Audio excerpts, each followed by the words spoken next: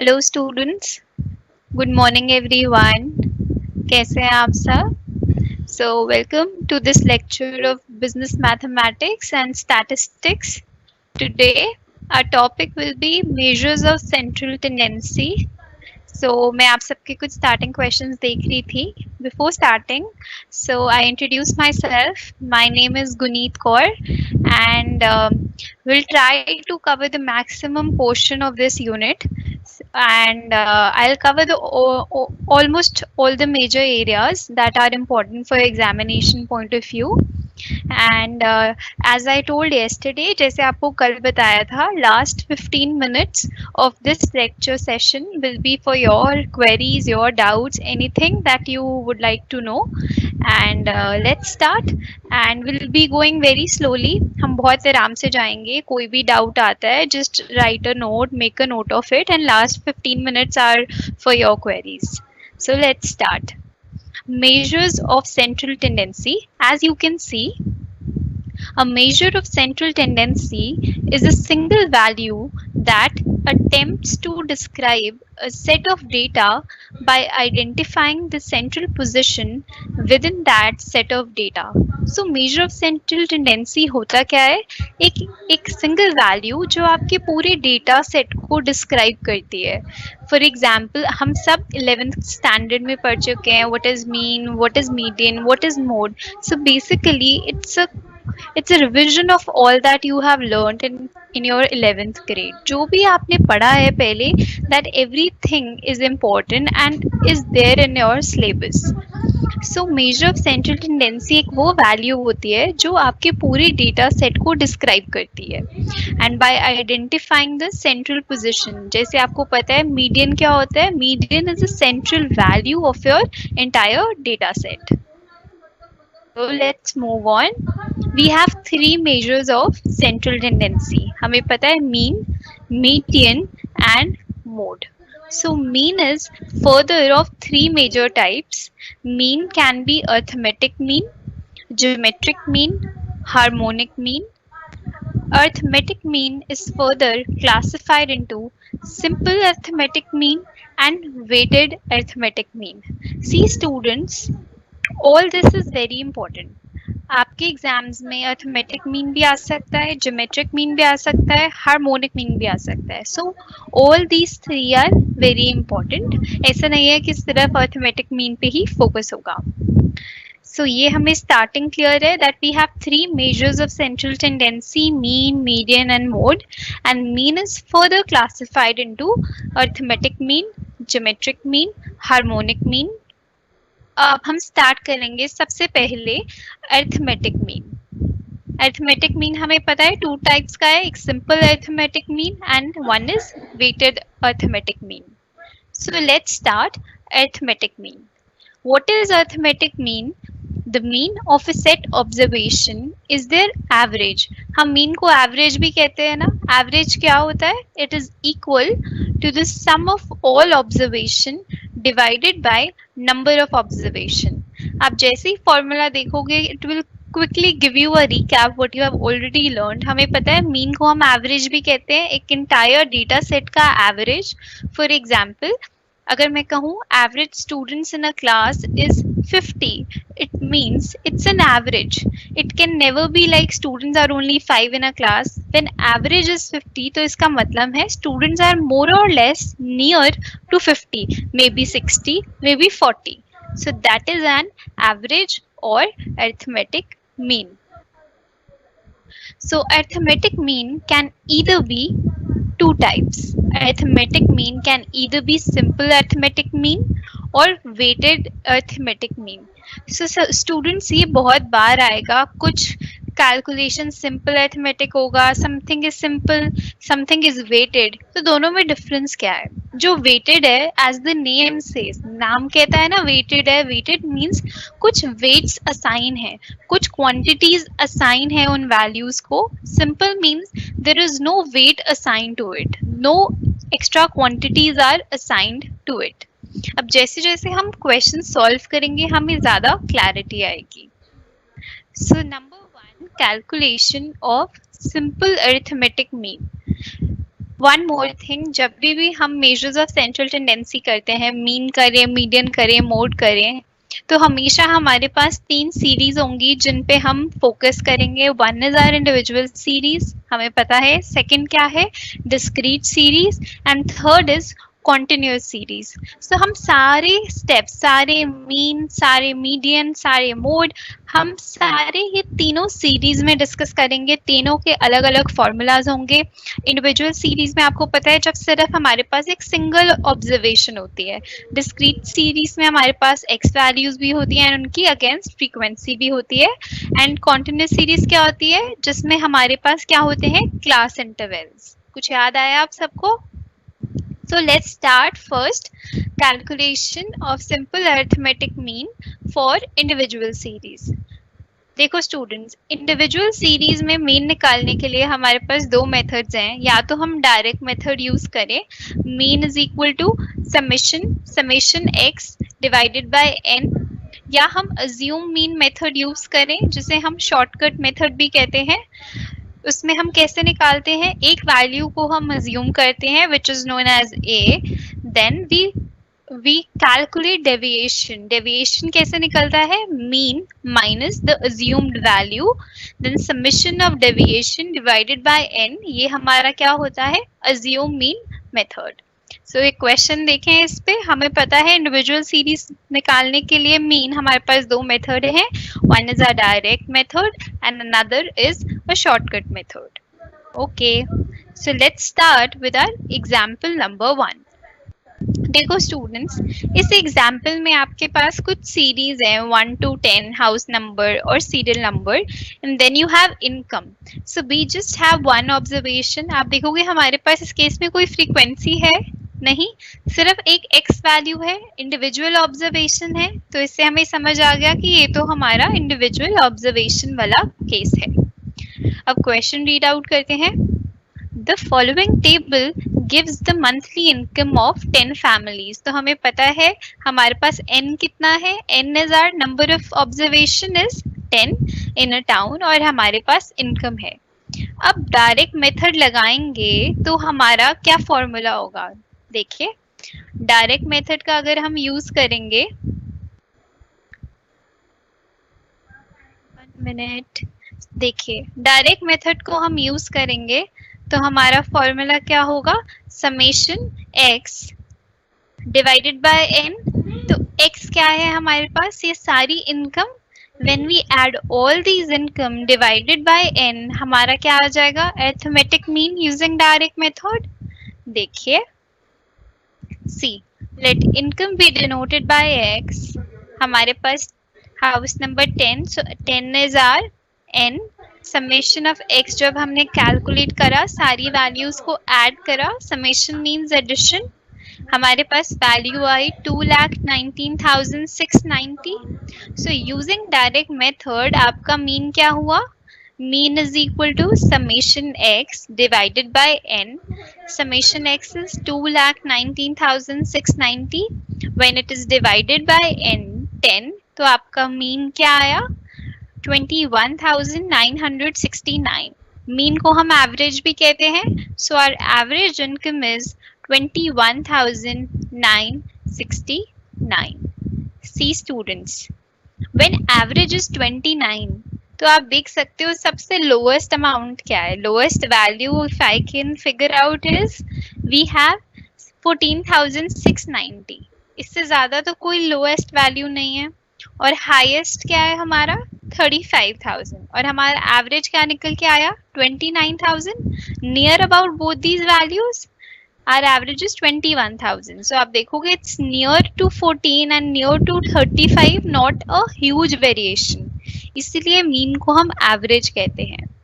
तो direct method से clear हुआ. आपको क्या करना है? एक सिंपल फॉर्मूला यूज करना है for individual observation, summation x divided by n. अब सेकेंड मेथड से ट्राई करें using our assume mean method और शॉर्टकट मेथड.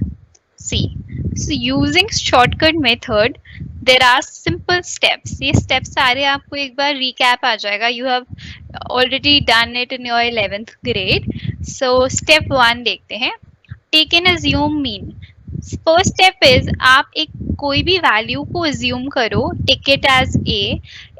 अब ये जो आप वैल्यू अज्यूम करोगे, ये जरूरी नहीं है कि ये उस एक्स वैल्यूज जो क्वेश्चन में हो उसमें से हो। आप रैंडमली कोई भी value something near to the x आप अज्यूम कर सकते हो। नॉट नेसेसरली, जरूरी नहीं है कि ये आपको गिवन हो या एक्स, कोई भी एक्स को आपको लेना है, आप कोई भी रैंडम वैल्यू अज्यूम कर सकते हो। Step 2, take deviation of items from the assumed mean and denote the deviation by d। आपको क्या करना है, आपको d कैलकुलेट करना है। और वो हम कैसे करेंगे, आपने जो भी वैल्यू अज्यूम करी उसको आप लेस करते जाओगे अपनी x वैल्यू से। So d is equal to x minus a। Any value, whether existing in the data or not, can be taken as the assumed mean। So assumed mean आपका कोई भी वैल्यू हो सकती है, वो आपका डेटा में गिवन हो या ना हो। Step 3, obtain sum of deviations। आपको deviations निकालनी है, सम करना है उनका, सम मीन्स एडिशन।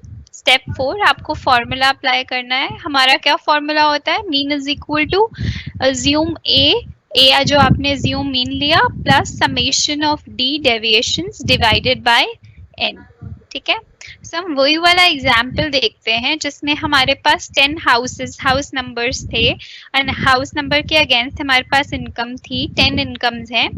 अब हमें शॉर्टकट मेथड अप्लाई करना है। तो आप देखो यहाँ पर डेटा में हमारे पास 18,000 है, नहीं है ना, तो randomly it depends on you. आप कोई भी वैल्यू पिक करना चाहते हैं आप कर सकते हैं, या आप रैंडमली कोई भी, फॉर एग्जांपल मैंने यहाँ पर 18,000 एज्यूम करा। देखो इस डेटा में 18,000 नहीं है, सो इट्स नॉट इम्पॉर्टेंट कि आप डेटा में से ही पिक करो। अब डेविएशंस कैसे निकलेंगी, x माइनस ए, ये हमारी x वैल्यू है, फर्स्ट वैल्यू 14,780, मैंने अज्यूम क्या करा 18,000, सो x माइनस ए वैल्यू आई 3,220। सिमिलरली सेकंड वैल्यू है 25,760, ये मेरा x है। x डेविएशन निकालने के लिए फॉर्मूला है x माइनस a इज 18,000, 7,760। समझ गए कैसे निकालना है, सिंपल मैथ्स, x माइनस ए करना है। ये सारे आप जब कैलकुलेट करोगे, सो हमारा formula is mean is equal to assumed mean plus summation of deviation divided by n। Summation of deviation कितना आया हमारा 39,690। आपने अज्यूम कौन सी वैल्यू करी थी, c। आपने जो भी ए अज्यूम करा था यहाँ पर 18,000, तो यही 18,000 यहाँ लिखोगे फॉर्मूला में। Mean is equal to assume value 18,000 plus summation of deviation 39,690। N कितना है, नंबर ऑफ ऑब्जर्वेशंस कितनी है हमारे पास 10, सो 18,000 प्लस 39,690 डिवाइडेड बाय 10, आपकी एवरेज इनकम आ गई 21,969। सी स्टूडेंट, जब हमने डायरेक्ट मेथड से करा था तो भी हमारा रिजल्ट सेम था, एवरेज इनकम यही थी 21,969। अब जब हमने शॉर्टकट मेथड या हमने अज्यूम मीन मेथड यूज करा, then also our average income is same. So is it clear, individual observation में समझ आया। हम दो मेथड से ये निकाल सकते हैं, डायरेक्ट मेथड यूज करो या आप अज्यूम मीन मेथड यूज करो। मूविंग ऑन, अब हम डिस्कस करते हैं मीन। अरिथमेटिक मीन हम कैसे कैलकुलेट करेंगे जब हम डिस्क्रीट सीरीज में हमारे पास क्वेश्चन होगा।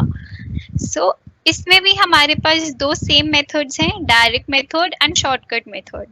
स्टूडेंट्स देखो फॉर्मूला एग्जैक्टली सेम है, डिफरेंस क्या है, डिस्क्रीट सीरीज में फर्क क्या है इंडिविजुअल से। डिस्क्रीट में हमारे पास फ्रीक्वेंसी आ जाती है जो हमारे पास इंडिविजुअल सीरीज में नहीं होती, सो हमारे फॉर्मूला में भी फ्रीक्वेंसी आ जाएगी। पहले फॉर्मूला क्या था हमारा डायरेक्ट मेथड का, mean is summation x by n, but अब यहाँ हम डिस्क्रीट सीरीज की बात कर रहे हैं, तो mean is equal to summation frequency multiply by x values divided by n।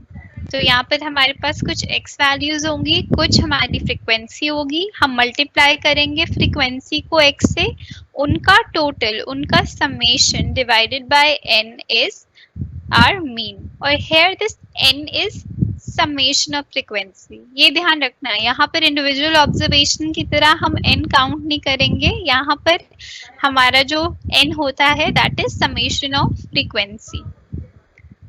Similarly shortcut method का फॉर्मूला है mean is equal to assumed mean, जो भी आप अज्यूम करोगे value, summation of frequency multiply by deviation. वहां सिर्फ deviation था in individual observation, now in this case frequency will be multiplied to the deviation divided by n. So deviation हमें पता है कैसे आता है, x minus a and n is summation of frequency.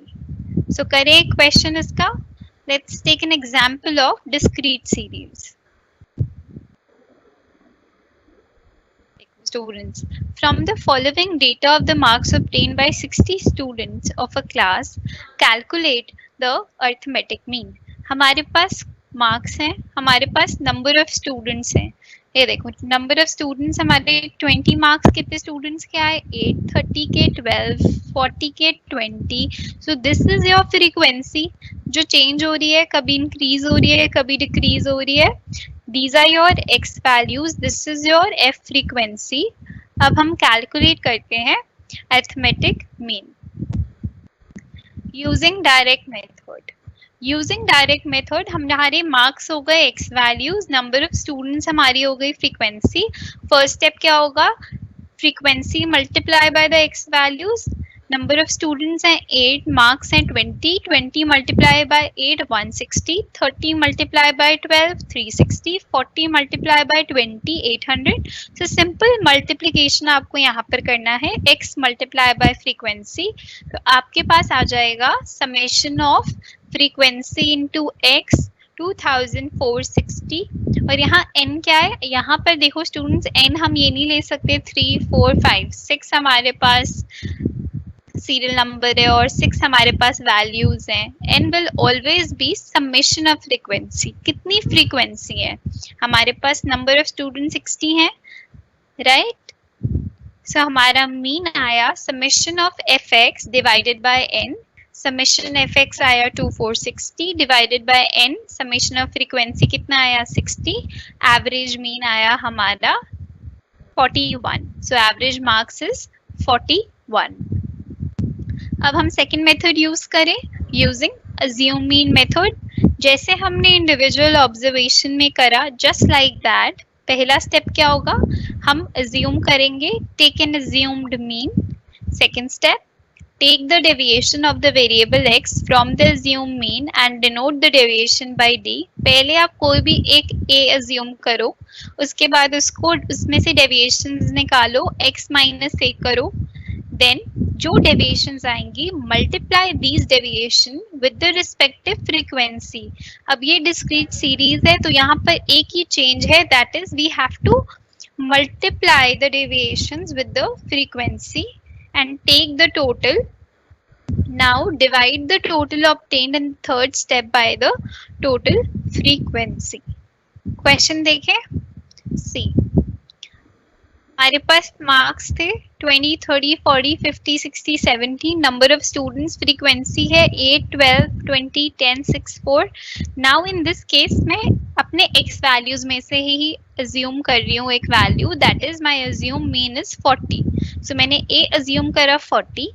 Next मैंने डेविएशंस कैसे निकलती हैं, x माइनस a, x क्या है 20 और मैंने अज्यूम क्या करा 40। सो 20 minus 40 minus 20, 30 minus 40 minus 10, 40 minus 40 0। देखो डेविएशंस कैसे निकलती है, x माइनस a कर रहे हैं हम, a क्या है हमारा, हमने 40 को अज्यूम करा, राइट। सो हमारी डेविएशंस आ गई।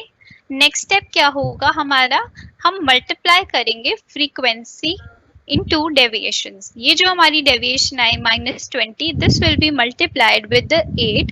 So 8 into -20 is -60, 12 multiplied by -10 is -120 and so on। आप इसको multiply करोगे, आपके पास समेशन ऑफ एफ डी आएगा, देन आप इनको ऐड करोगे, समेशन मीन्स एडिशन, और हमें पता है n क्या होता है, n is summation of frequency. Discrete series में हमेशा याद रखेंगे हमारा number of observation will be summation of frequency. So हमारा assume mean मेथड से मीन इज ए क्या था assume हमारा 40, समेशन ऑफ एफ डी आया 60, number of observation summation frequency 60. So इससे सॉल्व करेंगे, एवरेज मार्क्स हमारा 41. Student result will be same. आप डायरेक्ट मेथड यूज करोगे तो भी आपका सेम रिजल्ट आएगा, assume mean मेथड यूज करोगे तो भी रिजल्ट सेम आएगा. It's up to you which method you want to use. चलो नेक्स्ट, अब हमने इंडिविजुअल सीरीज कर लिया, डिस्क्रीट सीरीज कर लिया, अब करते हैं continuous series for calculating arithmetic mean. ये जो अरिथमेटिक मीन है that is simple arithmetic mean. Students, so in continuous series mean may be computed by applying any of the following methods. So अभी तक students हमारे पास दो method होते थे mean calculate करने के लिए. One is direct, second is shortcut method और assume mean method, right. Now we have one more method जो आपने सुना है that is step deviation method. Okay, so पहले देखते हैं डायरेक्ट मेथड से हम कैसे कैलकुलेट कर सकते हैं.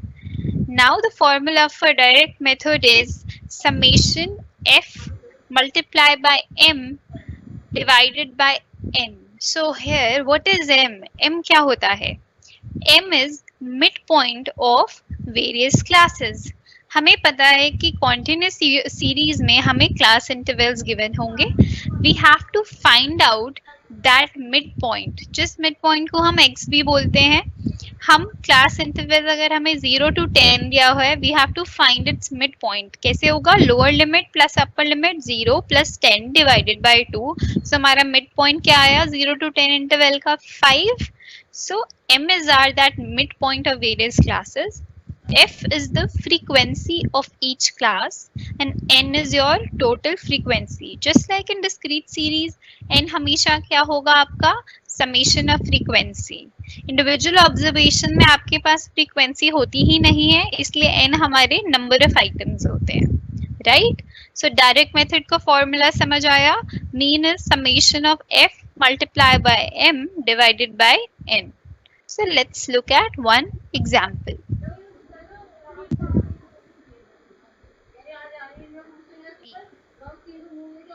Example number 3.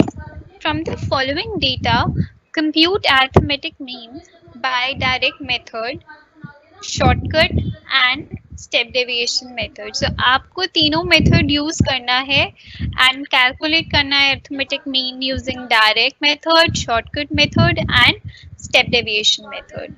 So let's start. हमारे पास marks हैं.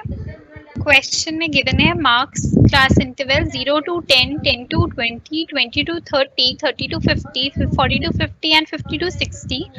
एंड इनकी फ्रीक्वेंसी भी गिवन है हमें. Number of students 5, 10, 25, 30, 20, 10, right. So पहले हम यूज करते हैं डायरेक्ट मेथड. डायरेक्ट मेथड का फॉर्मूला हमें पता है summation F multiply by M divided by N. So हमारे पास जो क्लास इंटरवल था 0 to 10, 10 to 20 and so on, हमने सबसे पहले m कैलकुलेट करा. m is the mid point. कैसे निकालते हैं? Lower limit plus upper limit divided by 2, 0 plus 10 by 2, 5, 10 plus 20 divided by 2, 30 by 2 is 15, 20 plus 30, 50 by 2, 25. Easy. Mid point कैसे निकलेगा? Upper limit plus lower limit divided by 2. So this is m. We have m right now. अब हमारे पास m है frequency, number of students आपको given है 5, 10, 25 and so on. अब हम क्या निकालेंगे? f multiply bye m. Frequency को मल्टीप्लाई करेंगे m से. 25 150, 5 into 5 25, 15 into 10 150, 25 into 25 625, 35 into 30 1050, आप ये सारी कैलकुलेशन जब करेंगे तो आपके पास इन सबका टोटल, दिस टोटल को हम क्या बोल सकते हैं, summation of f multiply bye m is 3300 और n क्या है, n क्या होता है, summation of frequency, total of frequency, जितनी फ्रीक्वेंसी है इनका एडिशन करेंगे तो आएगा हमारे पास n. So 3300 divided by 100 is 33, which is your mean using direct method. So अब हमने डायरेक्ट मेथड जब लगाया कॉन्टिन्यूस सीरीज में तो हमारे पास मीन कितना आया, 33. Is it clear students? चलो मूविंग ऑन, शॉर्टकट मेथड. जब कॉन्टिन्यूस सीरीज में हम शॉर्टकट मेथड यूज करेंगे तो हमारा क्या स्टेप्स होंगे, शॉर्टकट मेथड को हम क्या भी बोलते हैं, अज्यूम मीन मेथड. सो सी स्टूडेंट्स, यहाँ पर मीन कैलकुलेट करने का formula is a plus summation of F D divided by n, right. अब यहाँ पर a is assume mean, n is total number of observation, D is deviation of midpoint from assume mean. Students, only difference is यहाँ पर भी आपको deviation x minus a वाला ही करना है, but यहाँ पर instead of saying x यहाँ पर हम m कहेंगे क्योंकि हमें x given नहीं है, हम calculate कर रहे हैं. यहाँ पर x को replace कर रहा है deviation में m क्या है, class interval का midpoint. So D is deviation of midpoint from assume mean. अब क्वेश्चन देखेंगे तो हमें और क्लियर होगा. देखिए स्टूडेंट्स, हमारे पास यहाँ पर मार्क्स हैं 0 to 10, 10 to 20, 20 30, 30 to 40. Same question, frequency भी है. अब हमने m निकाला mid point, lower limit, upper limit, 10 divided by 2 5, 10 plus 20 30 by 2 15. हमने m निकाला, मिड पॉइंट आ गया हमारे पास, इन दोनों को ऐड करके डिवाइड बाय 2. अब डेविएशन, अब सबसे पहले डेविएशन के लिए हमें कोई एक वैल्यू अज्यूम करना होगा. हमने अज्यूम करा, लेट्स सपोज 35 a अज्यूम करा, assume mean is 35.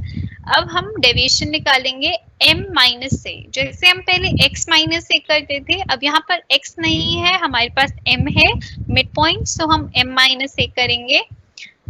5 minus 35 minus 30, 15 minus 35, 35 क्योंकि हमारा a है, 15 minus 35 minus 20, 25 minus 35 minus 10, 35 minus 35 0 and so on. आप इसको कैलकुलेट करेंगे तो आपके पास आ जाएंगी deviations. Next step is frequency is multiplied with the deviation.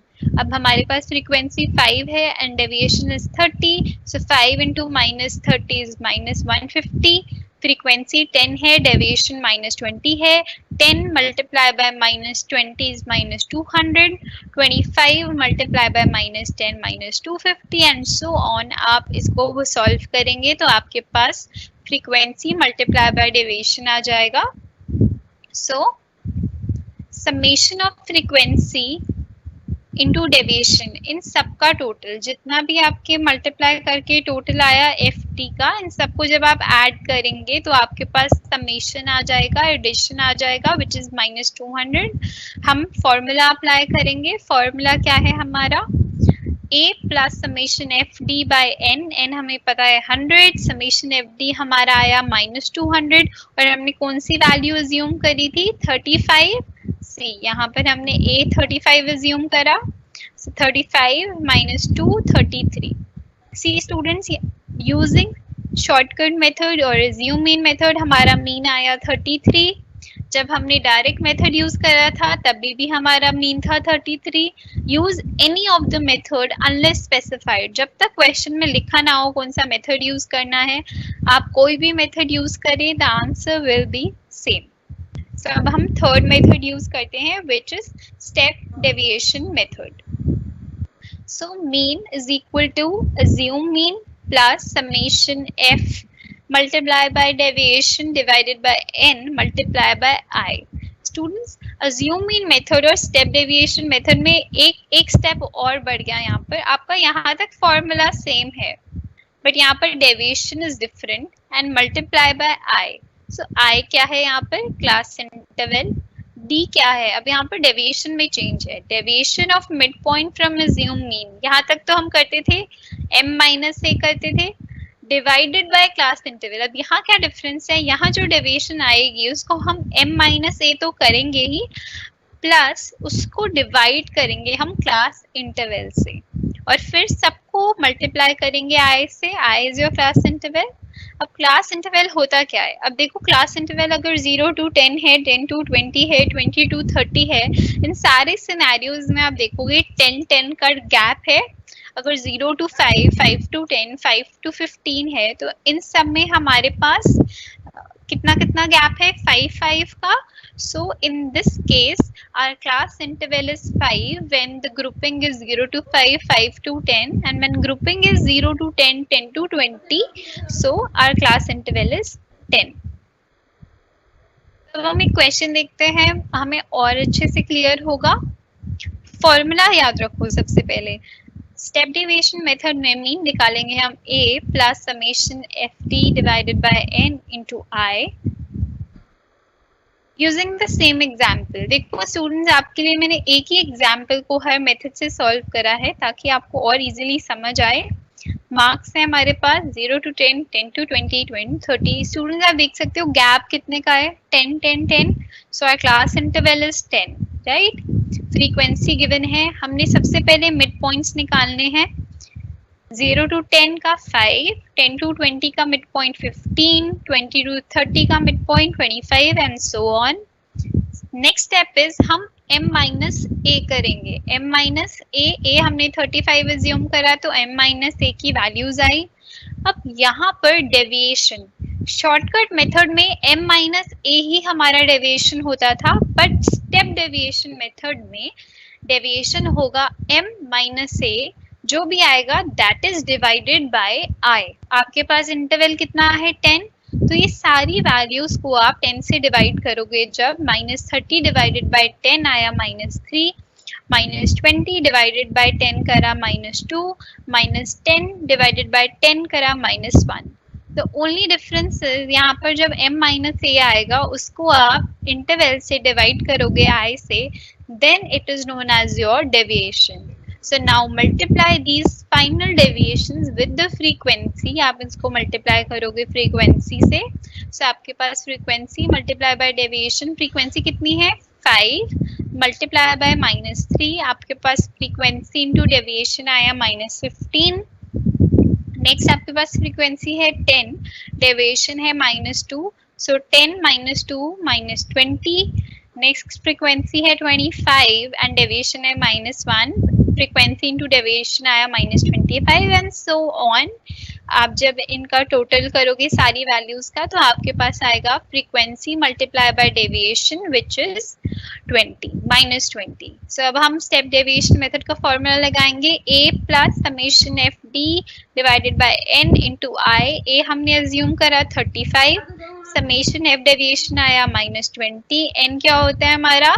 Summation of frequency, total of frequency n है 100, क्लास इंटरवल कितना था? 10 का गैप है ना यहाँ पर, 40 to 50, 30 to 40, 20 to 30, ये सब आप देख सकते हैं। When we solve this, our answer is 33. So students, this was mean. अब हमने मीन तीनों मेथड से कैलकुलेट करा, इंडिविजुअल ऑब्जर्वेशन में भी करा हमने, डिस्क्रीट में भी देख लिया एंड कॉन्टिन्यूस में भी देख लिया। सो स्टेप डेविएशन मेथड आपका सिर्फ कॉन्टिन्यूस सीरीज में ही एप्लीकेबल है, हमेशा याद रखना। And whichever method you use, either you use direct, आप डायरेक्ट मेथड से निकालिए, या आप शॉर्टकट मेथड से निकालिए, या आप स्टेप डेविएशन मेथड से निकालिए, your answer will remain the same. So I hope आप लोगों को arithmetic mean, simple arithmetic mean समझ आया with 3 series, individual हो, discrete हो या continuous series हो। I hope it's clear. So moving on with the next topic, मैं आपको I'll take you back to your first slide. See, हमने यहाँ से start करा. That is our objective of today's session. Our goal is to complete this chart We have to work on mean, arithmetic mean, geometric mean, harmonic mean, median and more. This all the things that we have to cover up today. ये हमारा आज का objective है. अभी हमने क्या करा, arithmetic mean का सिंपल हमने कवर कर लिया. So let's start with the second part of arithmetic mean, that is weighted arithmetic mean. Okay students, start करें weighted arithmetic mean.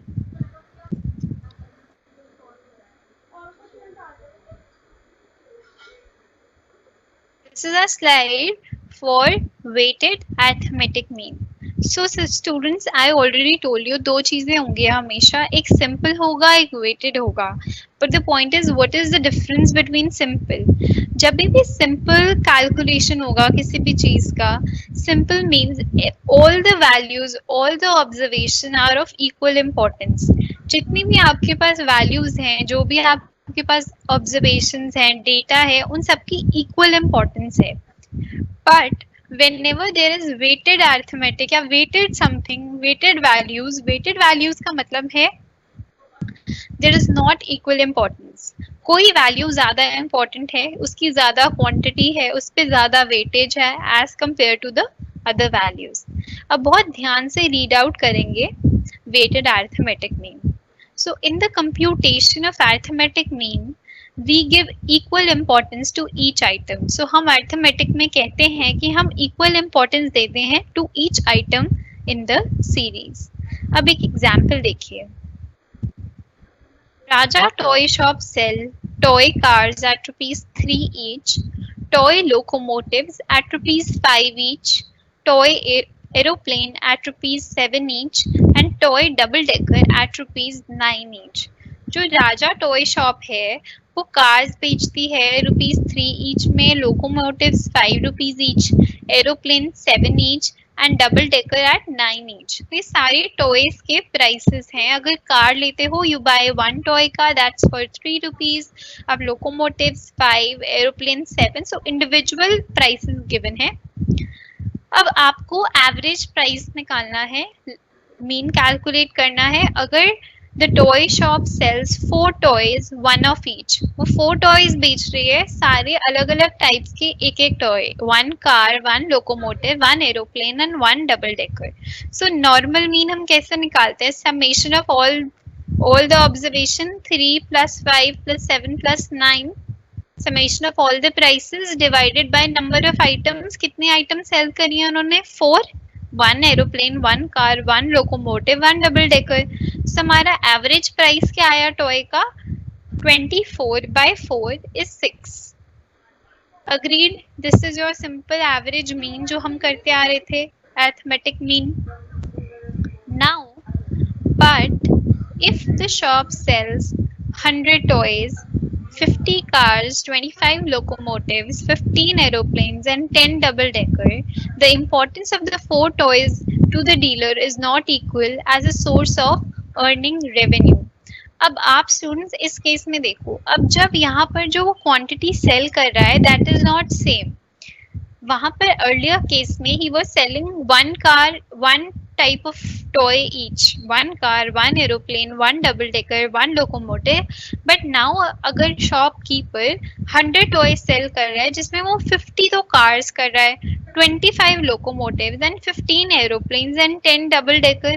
अब आप यहाँ पर देखो सबसे ज्यादा क्या सेल कर रहा है? 50 cars and सबसे कम क्या सेल कर रहा है? 10 double deckers. So in fact their respective importance is equal to the number of unit of each toy sold. That is, the importance of toy car is 50, the importance of locomotive is 25. जब हमारे पास quantities given है, now he is not selling 1 each, सबको equal importance नहीं given है. यहाँ पर वो cars को 50% वेटेज दे रहा है, 10% डबल डेकर को दे रहा है, 25% he is giving to locomotives and 15% weightage to aeroplanes.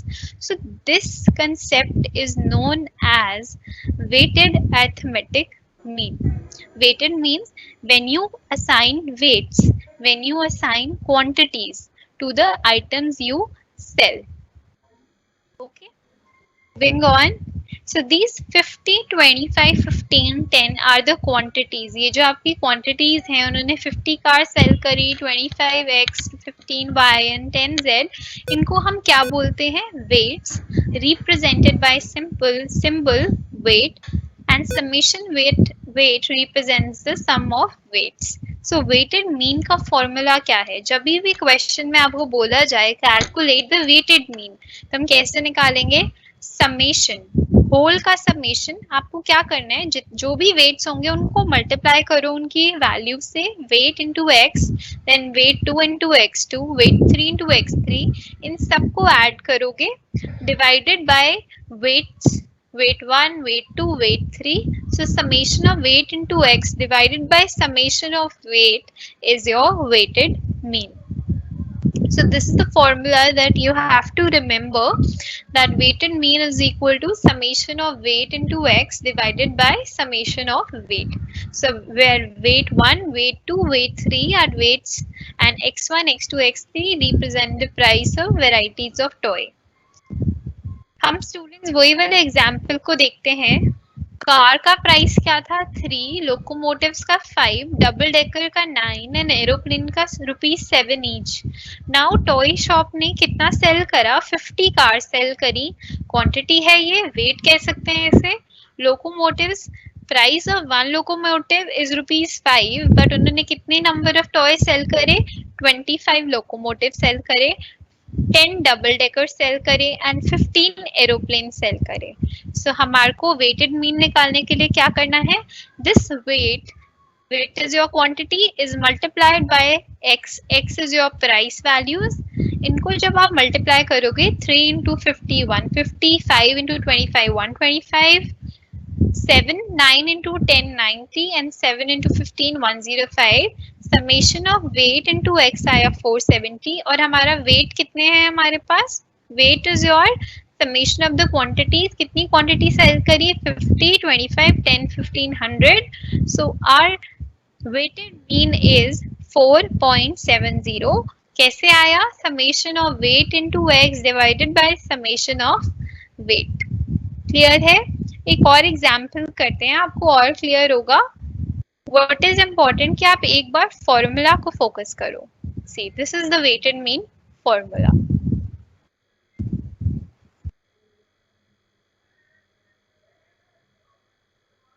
Start करें. Next example, example 4. So a contractor employs 3 types of workers. एक कॉन्ट्रैक्टर है, वो 3 टाइप्स के वर्कर एम्प्लॉय करता है, male, female and children. To a male worker, he pays 300 per day. So a male worker gets ₹300 per day, female worker gets 250 per day, and a child worker gets 140 per day. Right? 3 type के workers हैं, mail, female, children, and उनके per day charges लिखे हैं. Per day compensation है 300 mail का, 250 female का, and child worker का 140. Next, what is the average wage per day paid by the contractor? Students, अगर ये हमारा सिंपल अरिथमेटिक मीन होता तो हम कैसे कैलकुलेट करते? सिंपल वे क्या होता? सिंपल अरिथमेटिक मीन कैलकुलेट करने का हम क्या करते? We have 3 types of workers. We have male, female and child workers. So we have n will be 3 and our x will be 300, 250, 140. This divided by n is your arithmetic mean. But आगे आप देखो, आपको weights assign करे हैं. Assuming the number of male, female and child workers employed. 20 male workers employed हैं, 15 female workers employed हैं and 5 child workers employed हैं. These are your weights. The average weight would be. Ab now you have to calculate the weighted mean. So I'll give you a 5 minutes time to try it once before I show you the solution. If you want to note, you can make a note of it. See students, write down this question.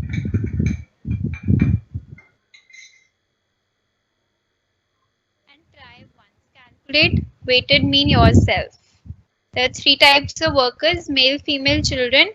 Mail worker को 300 per day मिलता है, female को 250 per day, and child worker gets 140 per day. What is the average wage per day by the contractor? Assuming number of male का weight है 20, female का weight है, he is employed for 15, and कितने work and child workers कितने employed है 5. So these 20, 15, 5 is the weight. Now you have to calculate the average wage. Average wage लिखा है तो आपको मीन कैलकुलेट करना है, बट यहाँ पर वेट से साइन है, क्वांटिटीज बताई हुई है, number of male female child बताया है. सो इन दिस केस आपको वेटेड मीन निकालना है. Okay students, so I will give you a 5 minutes time to do it.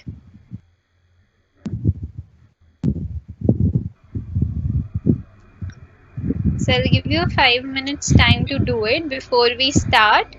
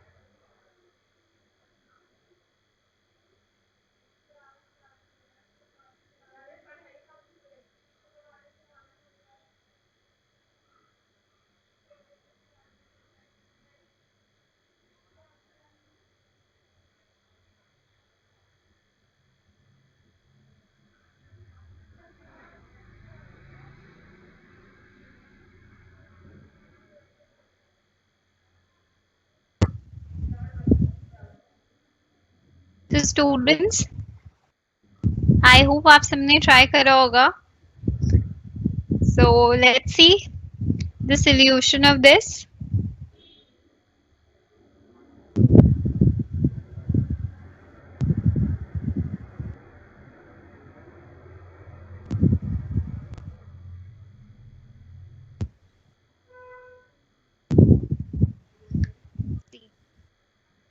Okay. Yeah, I've seen in the question and answer section that most of you have tried it, and I saw that somebody has written the correct answer. So well done. Whosoever was able to find the answer 261.25, very good. So students, यहाँ पर हमारे पास wages per day given है 300, 250 and 140. So ये हमारे wages क्या हुए? This wage is our X, and now we have number of workers. हमारा weight क्या है? 20, 15 and 5. 20 is for male workers and male का average wage है 300 per day. 15 is for female workers, उनका wage per day कितना है 250, and हमारे पास 5 है children and उनका wages per day is 140. So type of workers आ गए, वेट इनटू एक्स हमने कैलकुलेट करा 6,3750 summation of weight into X हमारे पास आया 10,450। सो वेटेड मीन का फॉर्मूला क्या होता है, summation of weight into X divided by summation of weight. So 10,450 divided by summation of weight कितना है, कितने नंबर ऑफ वर्कर्स एम्प्लॉयड है हमारे पास, 20 male, 15 female and 5 children. So the total of all this is 40। हमारे पास weighted mean आया, average veg आया ₹261.25। I hope this is clear to all how to calculate the weighted mean. Good job guys, those who were able to solve it. So let's start with the next section. Our next topic is geometric mean. What is a geometric mean? As you can see, geometric mean is defined as the nth root of the product of n items or values. So geometric mean is the nth root of the product of n items or values. Geometric mean को हम लिख सकते हैं nth root of x1 multiplied by x2, x3, x4 till xn. So how to solve this geometric mean? Geometric mean के लिए देखो, in real life scenario it's not possible to do. हम calculator में आप देखो कितनी वैल्यूज आप multiply करोगे एंड देन आप nth रूट लेकर आओगे, इसलिए इसको सिंपल करने के लिए हम ज्योमेट्रिक मीन में लॉग यूज करते हैं। So we take log on both sides. log of geometric mean is equal to log x1 plus log x2 plus log xn divided by n. Again, log of geometric mean is summation log x divided by n. So this is just how to derive the formula. हमारे पास final formula geometric mean calculate करने के लिए individual series का है। Geometric mean होता है anti log of summation log x divided by n. Discrete series में क्या चेंज आएगा, we all know discrete and continuous series में फ्रीक्वेंसी आ जाती है, इसलिए geometric mean is anti log of summation f log x divided by n. Continuous series में anti log of summation f log m divided by n. So this is the formula for calculating geometric mean. अब हम geometric mean start करेंगे for all the three series. Individual में कैसे निकालेंगे, discrete में निकालेंगे कैसे and continuous series में. Students, if you remember, हमने कल की क्लास में, previous क्लास में जब mathematics of finance करा था, then मैंने आप सबको बताया था कि हम log कैसे देखते हैं. It's very important to know how you can see the log values using the log table, because not just in your mathematics, आपको log stats में भी आएगा। जैसे अब geometric mean calculate करने के लिए आपको log देखना आना चाहिए, anti log भी पता होना चाहिए कैसे करते हैं। So those who were not there or not present in yesterday's class, I'll again show you just a quick recap हम कैसे देखते हैं। So आज बहुत ध्यान से देखिए कि log हम कैसे निकालते हैं, because if we don't know the log values, अगर हमें x का log ही नहीं पता, then we'll not be able to calculate the geometric mean. Geometric mean के लिए important है कि हम anti log और log values देखना जानते हों, right? Start करें एक example से। Like always, हम इंडिविजुअल सीरीज से स्टार्ट करते हैं। Calculate the geometric mean of the following data. अब हमारे पास इंडिविजुअल ऑब्जर्वेशन है सिर्फ 2, 4 एंड 8। हमें क्या निकालना है, ज्योमेट्रिक मीन। पहले तो यहाँ पर देखो इंडिविजुअल ऑब्जर्वेशन का फॉर्मूला क्या होता है, anti log of summation log x by n. अब यहाँ पर हमारे पास x वैल्यूज गिवन है 2, 4 and 8।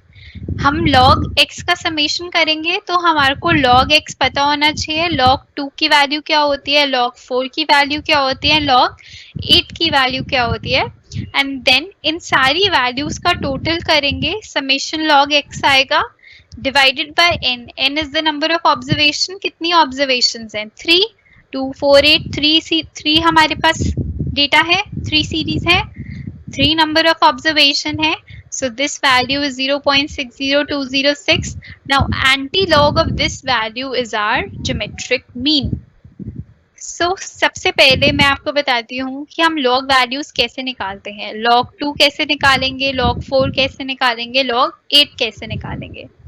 So students, in yesterday class मैंने बहुत written notes भी लिखे थे step by step. अब मैं आपको orally बताती हूँ. If you guys are using or having a pen and paper, just write this step. जब भी log निकालना होता है, our first step is count the number of whole numbers in the number given.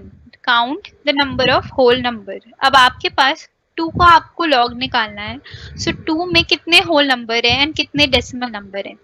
2.000 लिख सकते हैं. So हमारे पास whole number कितना है, 1 ही, एक ही single digit है. So step 1 is count करो कितनी single digit है. आपके पास 1 single digit है. This is your first step. आपने count करा that I have just single digit.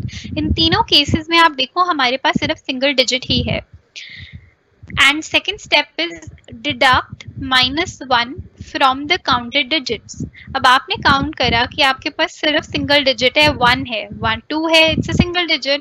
So इस 1 digit में से आप 1 minus करो तो आपके पास क्या आया, 0. नेक्स्ट आपके पास 4 is also a single digit, 1 digit है तो 1 डिजिट में से 1 माइनस करो, 0. सो इन सारे केसेस में आपका 0 होगा आपका कैरेक्टरिस्टिक पार्ट.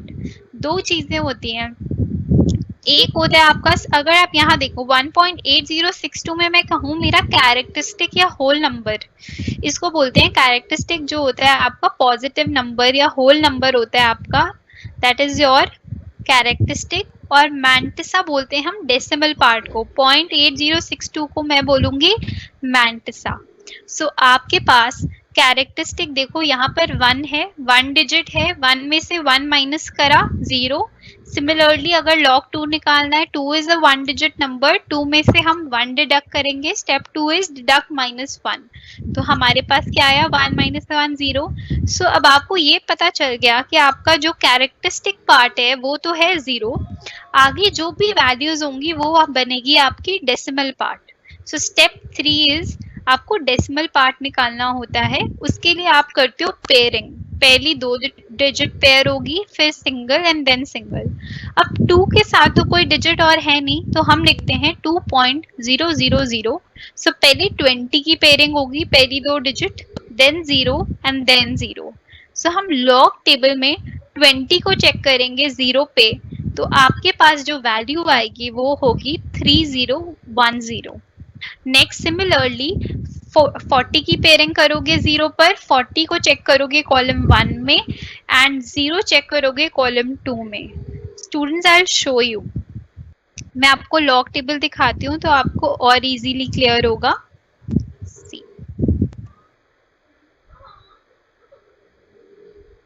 हमें निकालना है log 2.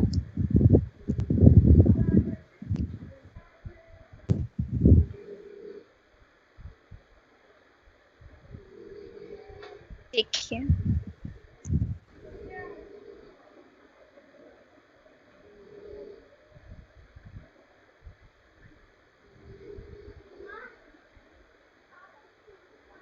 log 2 निकालने के लिए फर्स्ट पार्ट तो समझ आया. काउंट करो कितने डिजिट्स हैं, सिंगल डिजिट 1 है तो उसमें से 1 माइनस करा, डिडक्ट करा, 0 आया. तो हमें पता है होल नंबर तो हमारा 0 है.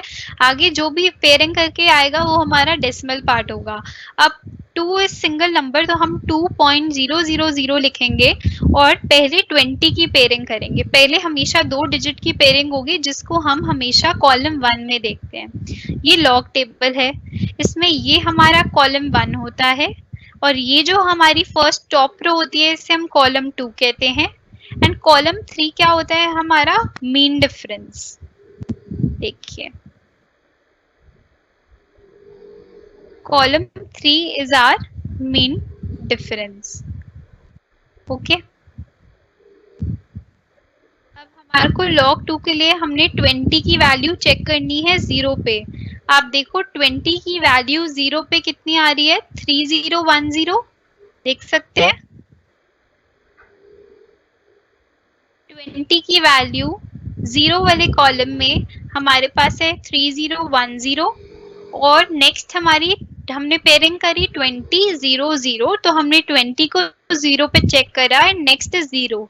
मीन डिफरेंस में कोई भी 0 की वैल्यू नहीं होती, मीन डिफरेंस स्टार्ट ही 1 से होता है, इसलिए हम इसको जो हमारा 20 की 0 पे वैल्यू आती है वही हमारा फाइनल आंसर होता है।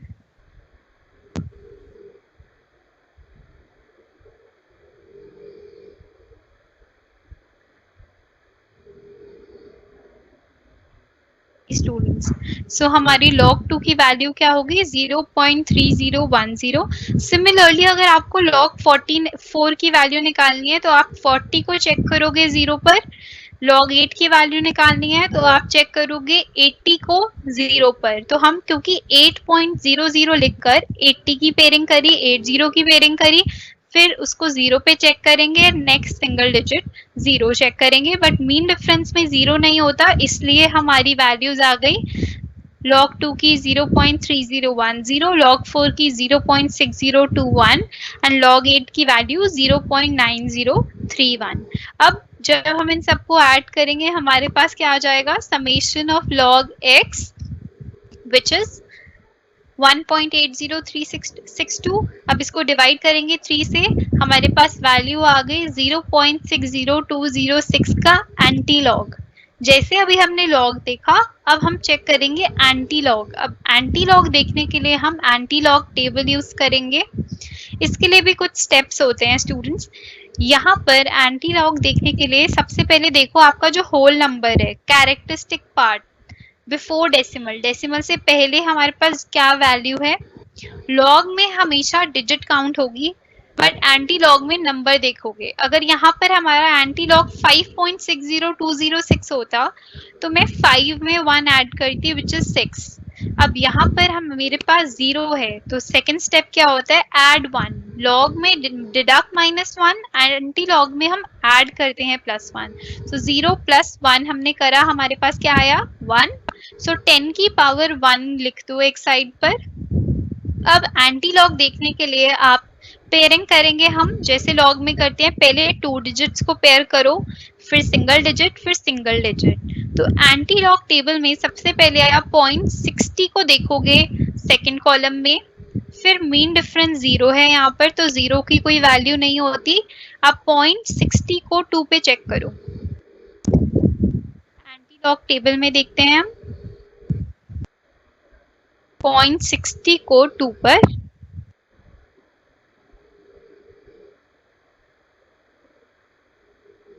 अब देखो स्टूडेंट्स, यहाँ हमारे पास एंटी लॉग टेबल है, इसे हम बोलते हैं column 1, this is our column 1, this is our column 2 और mean difference is our column 3।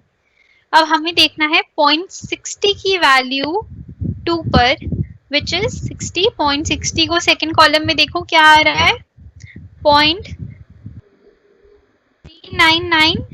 0.60 की वैल्यू सेकंड कॉलम में हम देखेंगे 2 पर आ रही है हमारे पास 3999 और मीन डिफरेंस 0 है हमारे पास वहां पर, तो 0 की कोई वैल्यू नहीं होती।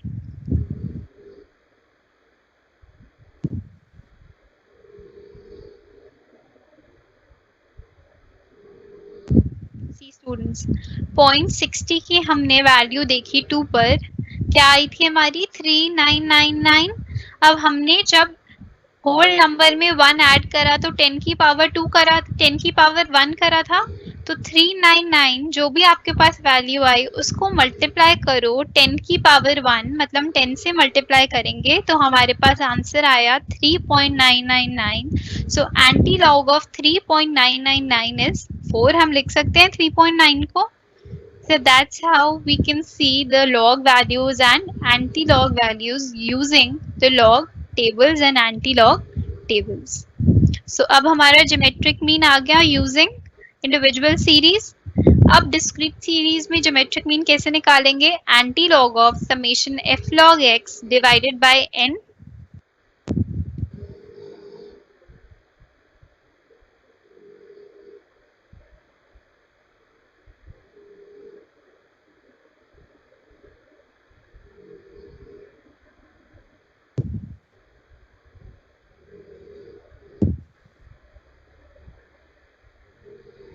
See students, सो इन डिस्क्रीट सीरीज हम एक एग्जाम्पल करते हैं. Calculate the geometric mean of the following data. हमारे पास कुछ एक्स वैल्यूज हैं 5, 6, 7, 8, 9, 10, 11. हमारे पास कुछ फ्रीक्वेंसीज हैं 2, 4, 7, 8, 9, 6, 2. अब हम ज्योमेट्रिक मीन निकालने के लिए फॉर्मूला क्या होता है डिस्क्रीट सीरीज में? Anti log of summation f log x divided by N. So यहाँ पर जो हमारी x वैल्यूज हैं सबसे पहले उनका log x निकालो. देखो स्टूडेंट्स, स्टेप 1 आपको दोबारा से याद करवाती हूँ. जब भी सिंगल डिजिट होगा उसमें से डिडक्ट -1 करो तो 1 -1 0, तो आपका होल नंबर हमेशा 0 होगा. अब यहाँ पर 2 डिजिट्स हैं 10, तो लॉग निकालने के लिए सबसे पहला स्टेप क्या होता है? काउंट करो कितनी डिजिट्स हैं 2, उसमें से 1 माइनस करो तो बचा 1. इसलिए यहाँ के होल नंबर्स ऐसे हैं. एंड द रिमेनिंग पोर्शन जो डेसिमल पोर्शन है वो आप पेयरिंग करोगे. 50 को 0 पे देखोगे, 60 को 0 पे देखोगे, 70 को 0 पे, 80 को 0 को एंड 10 को 0 पे and so on. So log x आ जाएगा. फिर जो log x की वैल्यू आएगी उसको आप फ्रीक्वेंसी जो अब आपको क्वेश्चन में गिवन होगी उससे मल्टीप्लाई करेंगे तो हमारे पास f log x आ जाएगा. जब इन सबको मल्टीप्लाई करोगे देन इनका समेशन मतलब total of frequency multiply bye log x, जो यहाँ पर आप देख सकते हो आया है 36.1281 डिवाइडेड बाय n क्या होता है? Summation of frequency 40. तो हमें अब लास्ट स्टेप क्या निकालना है? Anti log of 0.90320. Anti log भी दोबारा से पहला स्टेप क्या होता है? देखो क्या डिजिट है 0, उसमें +1 करो, आया 1, तो 10 की पावर 1 करो, क्योंकि लास्ट में हमारे पास जो वैल्यू आएगी उससे हम मल्टीप्लाई करेंगे 10 की पावर 1 से.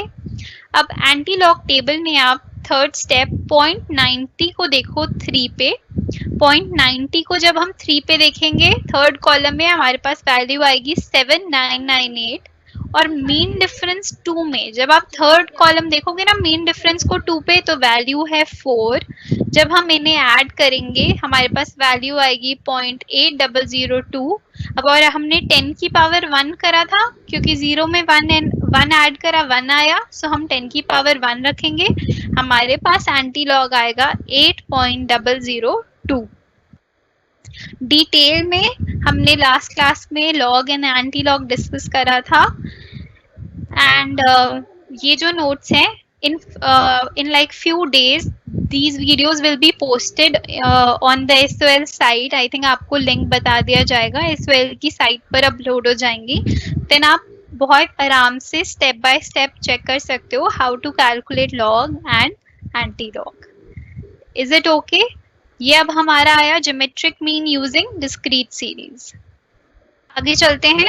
कॉन्टिन्यूस सीरीज में ज्योमेट्रिक मीन कैसे निकालेंगे? हमारे पास x वैल्यूज हैं, x हमारा इंटरवल है क्योंकि हमारे पास कॉन्टिन्यूस सीरीज है, फ्रीक्वेंसी है. फॉर्मूला क्या होता है ज्योमेट्रिक मीन का? कॉन्टिन्यूस सीरीज में anti log of summation f log m divided by n. तो यहाँ पर x है हमारे पास 9.5 to 14.5. हम पहले m कैलकुलेट करेंगे. m कैसे निकालेंगे? m is our mid point. So 9.5 plus 14.5 जब हम इसे ऐड करेंगे this is your 24 divided by 2 12. 14.5 plus 19.5 by 2 17. So जब आपके पास m वैल्यूज आ जाएंगी आप log m निकालेंगे. जैसे हम x वैल्यूज का log निकालते थे जस्ट लाइक दैट अब आपको log 12 निकालना है, log 17, log 22. पहले इन सबकी log वैल्यूज निकालो, उसको फ्रीक्वेंसी से मल्टीप्लाई करो. f log m ये सबको आपने मल्टीप्लाई करा. देन हमारा फॉर्मूला क्या कहते हैं? Geometric mean is anti log of summation f log m divided by n.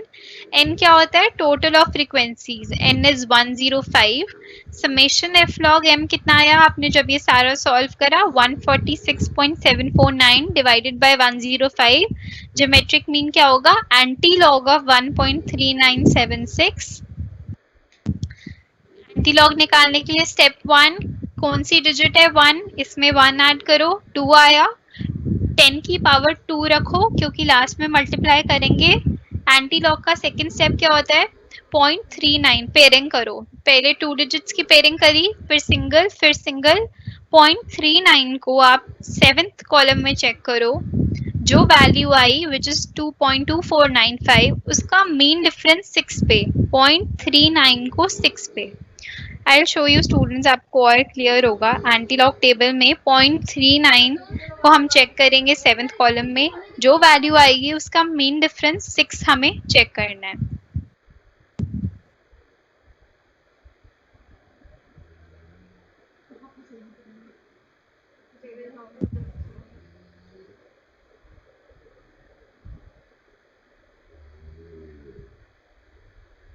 ये हमारे पास एंटीलॉग टेबल्स हैं।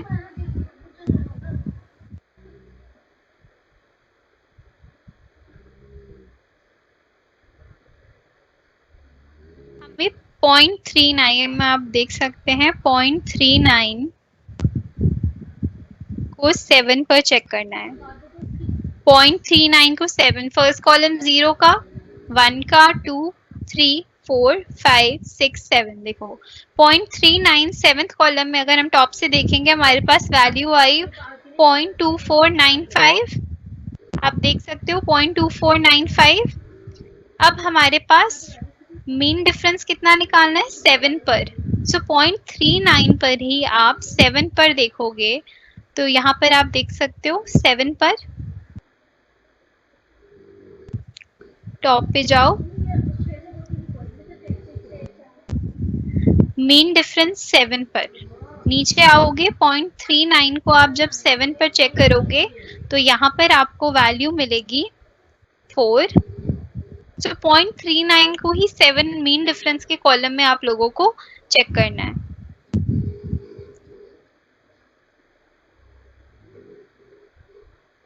तो 0.39 को 7 पे देखा 0.2495, 0.39 को जब आप मीन डिफरेंस 6 में देखोगे तो आपके पास आएगा 3। सो 0.248 मल्टीप्लाई बाय यहाँ पर 10 की पावर 2 थी तो आपके पास ज्योमेट्रिक मीन आया 24.98। I hope this is clear. So next our topic is, जैसे हमने अरिथमेटिक मीन सिंपल करा, वेटेड करा, जस्ट लाइक दैट अब हम वेटेड ज्योमेट्रिक मीन भी कवर करेंगे। तो वेटेड ज्योमेट्रिक मीन के लिए भी क्या फॉर्मूला होता है, like weighted arithmetic mean we can also calculate weighted geometric mean with the help of log. Weighted geometric mean निकालने का फॉर्मूला है anti log of summation log x into weight divided by summation weight। अब एक example देखते हैं quickly. हमारे पास data है, हमारे पास x वैल्यूज हैं, हमारे पास वेट है। तो ज्योमेट्रिक मीन वेटेड निकालने के लिए फॉर्मूला है anti log of log x into weight divided by summation of weight. So सबसे पहले जैसे हम प्रीवियसली क्या करते थे, हमारे पास x वैल्यूज होती थी, हम उनका log x करते थे एंड उनका टोटल करते थे। बट यहाँ पर हमारे पास एक एडिशनल स्टेप है, क्योंकि वेट्स गिवन है, हमारे पास जो x वैल्यूज होंगी, जैसे हमारे पास यहाँ पर 260 है तो हम सबसे पहले उसका log निकालेंगे। x वैल्यूज हैं तो log x निकालो, then multiply this log x value with the weight. Weight यहाँ 46 है हमारे पास, तो मल्टीप्लाई करो log x इंटू वेट। ऐसे जब हम सारी वैल्यूज मल्टीप्लाई करेंगे log x इंटू वेट तो हमारे पास क्या आएगा, summation wait multiply bye log x। Now this divided by total weight. कितने वेट्स गिवन है, टोटल कितना है 46, 10, 8, 20, 12, 4। सो ज्योमेट्रिक मीन वेटेड निकालने के लिए वेट से मल्टीप्लाई करेंगे, सबसे पहले सारी log x वैल्यू को उनका टोटल करेंगे, आया 233.7706 डिवाइडेड बाय वेट। वेट कितना है 100। जब हम ये सॉल्व करेंगे हमारे पास वैल्यू आ जाएगी एंटी लॉग ऑफ 2.33770। हमारे पास फाइनल आंसर क्या है, ज्योमेट्रिक मीन कितना है 217.6। So I hope this is clear। Geometric mean कैसे निकालते हैं, normal and weighted. Geometric mean calculate करने के लिए हमारे को log values and anti log values देखना आना चाहिए, which is very important. So our next topic of mean is and the last topic, इसके बाद हम करेंगे median and mode, harmonic mean. देखते हैं हार्मोनिक मीन कैसे निकालते हैं और क्या होता है। Harmonic mean is based on the reciprocals of the numbers averaged।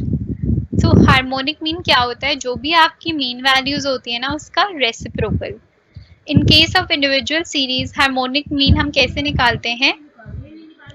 n divided by summation of 1 by x। Discrete series का फॉर्मूला है n divided by summation of, क्योंकि डिस्क्रीट में फ्रीक्वेंसी आ जाती है इसलिए frequency divided by x। In case of continuous series harmonic mean is n divided by summation of frequency multiplied by 1 by m। अभी question देखते हैं तो हमें सारे फॉर्मूलाज क्लियर होंगे for harmonic mean. Individual series का एक एग्जांपल देखो। Calculate harmonic mean from the following data 5, 15, 25, 35 and 45। आपके पास x वैल्यूज हैं। हार्मोनिक मीन का फॉर्मूला होता है n divided by summation of 1 by x। आपको रेसिप्रोकल करना है, x जो भी वैल्यूज हैं उसको 1 डिवाइडेड बाय 5 करो 0.2, 1 डिवाइडेड बाय 15 करो 0.067। जब आप इसका टोटल करेंगे आ जाएगा 0.358। सो हार्मोनिक मीन क्या है? कितनी ऑब्जर्वेशन है? 5 डिवाइडेड बाय 0.358। आपका हार्मोनिक मीन आ गया 14। सो बेसिकली इसमें आपको रेसिप्रोकल लेना है x वैल्यूज का एंड ये फॉर्मूला अप्लाई करना है। ये फॉर्मूला था हमारा इंडिविजुअल सीरीज का। अब हम एक एग्जांपल करते हैं for discrete series. From the following data compute the value of harmonic mean. अब आपके पास एक डिस्क्रीट सीरीज है, x वैल्यूज है 5, 15, 25, 35, 45, फ्रीक्वेंसी है। सबसे पहले देखो हार्मोनिक मीन का फॉर्मूला क्या होता है डिस्क्रीट सीरीज में? n divided by summation of frequency multiply by 1 by x। सबसे पहले x वैल्यूज का रेसिप्रोकल ले लो। 5 का रेसिप्रोकल क्या होगा? 1 बाय 5 0.12। 15 का 1 बाय 15 करोगे 0.067। 25 को 1 डिवाइडेड बाय 25। तो ये सारी वैल्यूज को मल्टीप्लाई करो फ्रीक्वेंसी से। हमें गिवन है 5, 15, 10, 15, 5। So frequency multiply by 1 by x। ये जो टोटल आएगा summation of f multiply by 1 by x, इसको हम यूज करेंगे हमारे हार्मोनिक मीन के फॉर्मूला में, which is n 50 divided by summation of frequency multiply by 1 by x। 50 divided by 2.95, हमारे पास हार्मोनिक मीन आ जाएगा 17। नेक्स्ट कॉन्टिन्यूअस सीरीज में हार्मोनिक मीन कैसे निकालेंगे? Calculate harmonic mean from the following distribution. सबसे पहले फॉर्मूला देखो। कॉन्टिन्यूअस सीरीज में क्या होता है? n divided by summation of f multiply by 1 by m। So the formula for discrete series and continuous series is the same. The difference is discrete series में हम reciprocal x का करते हैं and continuous series में हम reciprocal m का करते हैं। m क्या होता है हमारा? midpoint, lower limit, upper limit divided by 2। अब देखो हमारे पास x गिवन है एंड फ्रीक्वेंसी है। सबसे पहले हमने m कैलकुलेट करा, मिड पॉइंट निकाल लेंगे। 0 to 10 का मिड पॉइंट 5, 10 to 20 का मिड पॉइंट 15। अब नेक्स्ट स्टेप क्या होता है? 1 बाय m निकालो। 1 by 5 0.2, 1 by 15 0.067। Third step frequency को हम मल्टीप्लाई करेंगे 1 बाय m से। इन सबका टोटल हमारा आया 2.95। ये टोटल क्या है हमारा? Summation of frequency multiply by 1 by m। n क्या है हमारा? Total of frequency. So 50 divided by 2.95, हमारा हार्मोनिक मीन आया 17। So I hope harmonic mean समझ आया। Harmonic mean is simple, it's just that आपको फॉर्मूलाज याद रखने हैं कि कौन सा फॉर्मूला अप्लाई करना है। अभी तक आप समझ गए होंगे that statistics is all about formulas. The task is that आप क्या करो, एक make a note, make a list of all the formulas that you have to study in your business statistics, because every chapter has lot of formulas. So best approach क्या है? आप short notes बनाओ formulas का, then revise it every day. So आपको easily आप remember, आप recall कर सकते हो, ठीक है? Just like simple arithmetic mean and weighted arithmetic mean, simple geometric mean and weighted geometric mean, ऐसे ही अब हमारे पास अभी हमने करा सिंपल हार्मोनिक मीन, अब हम देखेंगे वेटेड हार्मोनिक मीन क्या होता है। सो वेटेड हार्मोनिक मीन का फॉर्मूला क्या होता है, summation of weight divided by 1 reciprocal of a, 1 by a into weight 1, 1 by b into weight 2, 1 by c into weight 3। जब भी वेटेड होगा ना कोई भी चीज, वेटेड अरिथमेटिक मीन है, वेटेड जीएम है, वेटेड एचएम है, हार्मोनिक मीन, इन सब में सारी एक्स वैल्यूज आपकी मल्टीप्लाई होंगी वेट से। So weighted is when there are weights given. So harmonic weighted mean का फॉर्मूला क्या है, summation of weight divided by summation of weight by x. अब एक एग्जाम्पल करते हैं। So a cyclist covers his first 5 kilometers at an average speed of 10 kilometer per hour. So there is a cyclist है जो अपने first 5 kilometre 10 kilometre per hour की speed से cover करता है। 3 kilometre next 3 kilometre 8 kilometre per hour की speed पे cover करते हैं, एंड द लास्ट 2 किलोमीटर्स वो 5 किलोमीटर पर आवर की स्पीड से कवर करते हैं। तो हमारे पास स्पीड है 10, 8 एंड 5, एंड डिस्टेंस है पहले 5 kilometres, then next 3 kilometres and next 2 kilometres. So we have speed and we have distance.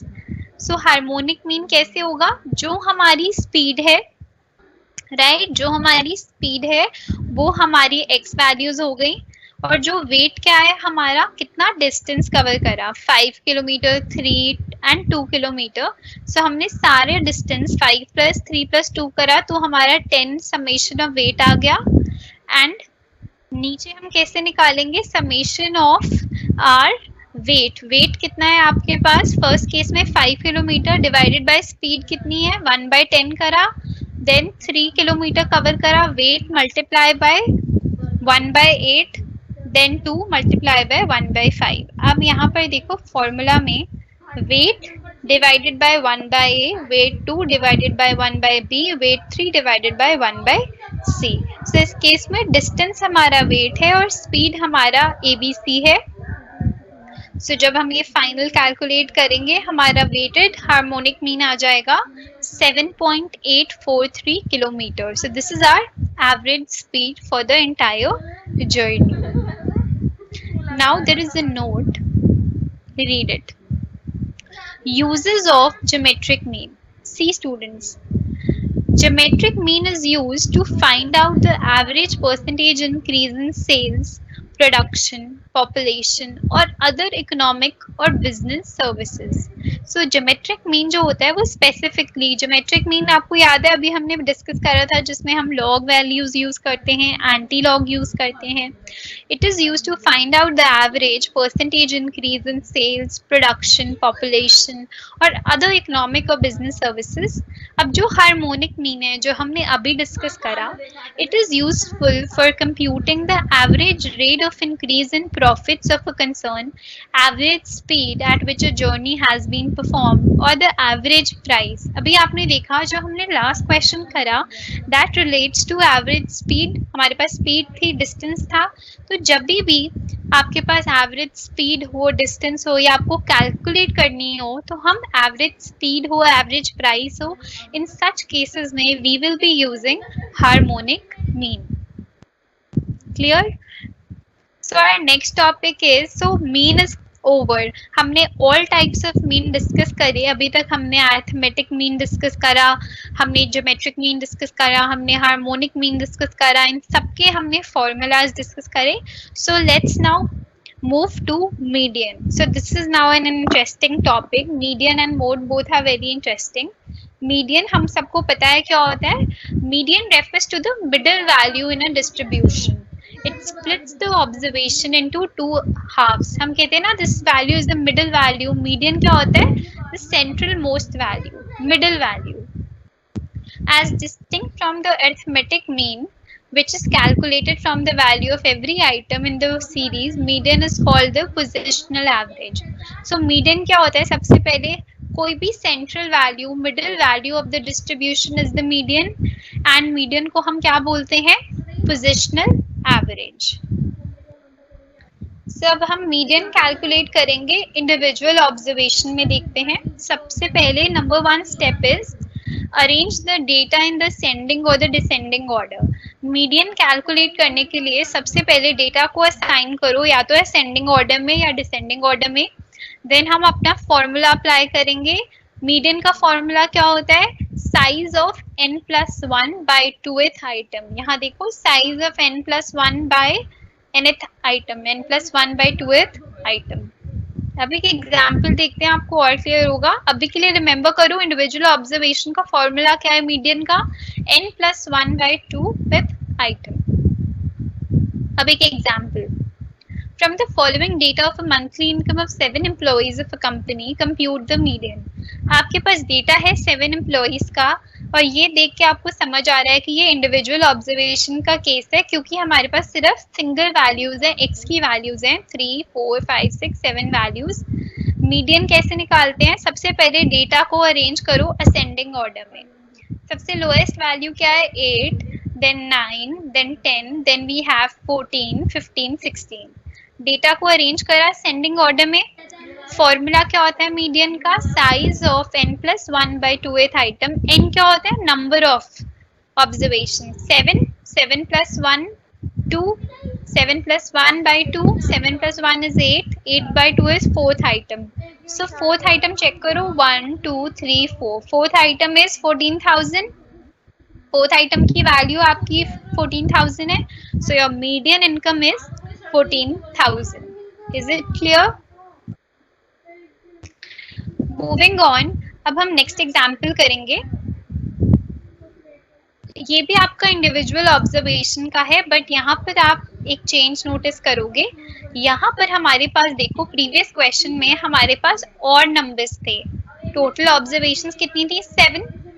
और अब इस केस में आप देखोगे टोटल ऑब्जर्वेशन आपके पास इवन है। टोटल 10 डेटा है, 10 सीरीज है। आपके पास जो भी वीकली वेज गिवन है, आप इस डेटा को पहले असेंडिंग ऑर्डर में अरेंज करो, 1384, 1391, 1407। देन मीडियन का फॉर्मूला क्या होता है? Size of n+1 by 2th item. n क्या है आपके पास? अब इस केस में आप देखोगे आपके पास नंबर ऑफ ऑब्जर्वेशन 10 है। 10 + 1 करो 11, 11 बाय 2th आइटम करो 5.5। नाउ आप देखो आपके पास 5th पे डेटा है 1591, 6th पे है 1672। सो 5.5 आइटम फाइंड आउट करने के लिए हम कैसे निकालते हैं? Size of 5th item which is 1591, size of 6th item 1672। इन दोनों को आप एवरेज ले लो, डिवाइड बाय 2 करो। ये जो वैल्यू आएगी, this is your median wage. जब भी इंडिविजुअल ऑब्जर्वेशन में आपके पास इवन नंबर्स का ग्रुप होता है, तब आपके पास डेसिमल में आइटम आती है, तो उसको आप एवरेज लेकर वैल्यूज का सॉल्व करते हो। मीडियन क्लियर है for individual observation. Let's see median for the discrete series. Discrete series में भी फर्स्ट स्टेप सेम रहेगा, डेटा को आप असेंडिंग या डिसेंडिंग ऑर्डर में अरेंज करो। अब डिस्क्रीट और कॉन्टिन्यूस सीरीज में आपको क्यूमुलेटिव CF निकालना होगा, क्यूमुलेटिव फ्रीक्वेंसी। देन आपको फॉर्मूला अप्लाई करना है, median is equal to size of n+1 by 2th item. Now look at the cumulative frequency column and find that total which is either equal to n+1 by 2th or next higher than that, and determine the value of the variable corresponding to this that gives the value of median। सो अभी हम एक example करते हैं, आपको ये step clear होंगे और easily कि डिस्क्रीट सीरीज में हम कैसे निकालते हैं मीडियन। अब ये हमारे पास टोटल 122 एम्प्लॉइज हैं, बिकॉज नंबर ऑफ पर्सन आप देखो ये आपकी फ्रीक्वेंसी है, क्योंकि ये इंक्रीज डिक्रीज हो रही है। इनकम है आपके पास, दिस इज योर x, और आपके पास f है। You have x values, you have f values. Median निकालने के लिए डिस्क्रीट सीरीज में हम क्यूमुलेटिव फ्रीक्वेंसी निकालते हैं, CF कैलकुलेट करते हैं। तो अब आप CF कैलकुलेट करोगे, फ्रीक्वेंसी 16 है, तो first is CF is 16। Second आपके पास सेकंड फ्रीक्वेंसी 24 है, तो क्यूमुलेटिव फ्रीक्वेंसी कितनी हो गई? 16 + 24 40। नेक्स्ट 40 + 26 66। 66 plus 30 96, 96 plus 20 116, 116 plus 6 122. सो हमने क्यूमुलेटिव फ्रीक्वेंसी निकालनी है मीडियन के केस में जब हम डिस्क्रीट सीरीज करेंगे, क्योंकि इंडिविजुअल सीरीज में हमारे पास फ्रीक्वेंसी नहीं होती तो हम CFB नहीं निकाल सकते, विच इज वेरी ऑब्वियस। अब हम अपने मीडियन का फॉर्मूला लगाएंगे which is size of n plus 1 by 2th item. अब n क्या होता है डिस्क्रीट सीरीज में? Summation of frequency which is 122। आप देख सकते हो टोटल फ्रीक्वेंसी 122 आ गई। 122 प्लस 1 बाई 2 करा तो हमारे पास आया 61.5 आइटम। 61.5 आइटम आपका मीडियन है। अब आप अपने CF में देखो 61 कहाँ लाई करेगा? यहाँ तो 96 से हायर वैल्यूज हैं या 40 से हायर हैं, और यहाँ आप देख सकते हो 66 तक वैल्यूज हैं। सो पॉसिबिलिटी है आपका मीडियन यहाँ लाई करेगा, या 40 तक है या 66 तक है, तो 61 will obviously come this here. So 61.5 item आप अपने CF में चेक करोगे तो आप देखोगे आपका median value x value is 250। So your medium income is 250। So median का अब हम लास्ट पार्ट पे हैं। हम कैसे कैलकुलेट करेंगे median in case of continuous series. Students, one thing to note is कि जब भी मीडियन हम इंडिविजुअल सीरीज में निकालेंगे या डिस्क्रीट सीरीज में निकालेंगे, हमारा फॉर्मूला होता था size of n plus 1 by 2th item. सबसे पहले डेटा को असेंडिंग या डिसेंडिंग ऑर्डर में अरेंज करो, देन फॉर्मूला लगाओ size of n plus 1 by 2th item. But when we do it, जब हम कॉन्टिन्यूअस सीरीज में कैलकुलेट करेंगे मीडियन, तो हमारा फॉर्मूला चेंज होगा। यहाँ पर हमारा फॉर्मूला होगा n बाई 2। सी स्टेप 1 क्या कहता है? Determine the particular class in which the value of median lies. सबसे पहले क्लास फाइंड आउट करो n बाई 2 से। Step 2 is after ascertaining the class which median lies, the following formula। Median continuous series में calculate करने के लिए हम formula apply करते हैं L plus n by 2 minus CF divided by F into I। तो सबसे पहले हम एक मीडियन क्लास फाइंड आउट करते हैं n बाई 2 से, फिर हम ये फॉर्मूला अप्लाई करते हैं। L क्या होता है? Lower limit of the median class. n क्या होता है? Summation of frequency by 2 minus CF divided by F into I क्या होता है? I is your class interval of the median class। एक एग्जाम्पल करते हैं, आपको बहुत इजीली समझ आ जाएगा। Look at this. आपके पास the following tables give you the distribution of the marks secured by some students। आपके पास एक कॉन्टिन्यूअस सीरीज है, आपके पास मार्क्स हैं इंटरवल्स में 0 to 20, 20 to 30, 30 to 40, एंड आपके उसके सामने आपके पास फ्रीक्वेंसी है 40 to 48, 120, 84, 48, 36, 31। अब हमें निकालना है मीडियन। मीडियन कैसे निकालेंगे? सबसे पहला स्टेप क्या होता है? आपके पास जो भी फ्रीक्वेंसी है आप इसका क्यूमुलेटिव फ्रीक्वेंसी निकालो। 42, 42 plus 48, 90, 90 plus 120, 2110, 2110 plus 84, 294 and so on। आपने CF निकाला। हमने देखा था अब हम कॉन्टिन्यूअस सीरीज में क्या फॉर्मूला यूज करेंगे मीडियन क्लास के लिए? Size of n by 2th item. n क्या होता है? समेशन ऑफ फ्रीक्वेंसी, या मैं यहाँ से चेक कर सकती हूँ टोटल कितना आया मेरा CF 409। 409 by 2 is 204.5, 204.5 आया मेरा मीडियन।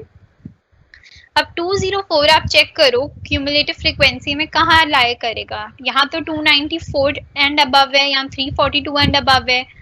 यहाँ पर आएगा हमारे पास ये 294 तक डेटा आता है, नॉट अबव। यहाँ 90 तक डेटा आता है, तो 204 हमारा कहाँ लाए करेगा? 210th में, 210 में। सो आप यहाँ से चेक कर सकते हो that 30 to 40 is your median class. अब हम अपना फॉर्मूला अप्लाई करेंगे। क्या होता है? L1, L1 is the lower limit. आप देख सकते हो मीडियन 30 to 40 के ग्रुप में लाइक करता है। This is your median class. L1 lower limit 30 है। n बाई 2, n क्या है आपका? 409 बाई 2 कितना आया? 204.5। सी 30, 204.5। अब क्यूमुलेटिव फ्रीक्वेंसी आपको चेक करनी है of the previous class. 30 to 40 की क्यूमुलेटिव फ्रीक्वेंसी है 210, बट हम हमेशा कंसिडर करते हैं फॉर्मूला में CF of the previous class, CF 0 90, और 30 to 40 की फ्रीक्वेंसी कितनी है 120, सो 205 minus 90 divided by 120, class interval 10। आप जब इसको सॉल्व करोगे आपके पास मीडियन आ जाएगा 39.54। मीडियन समझ आया कॉन्टिन्यूस सीरीज में कैसे निकालते हैं।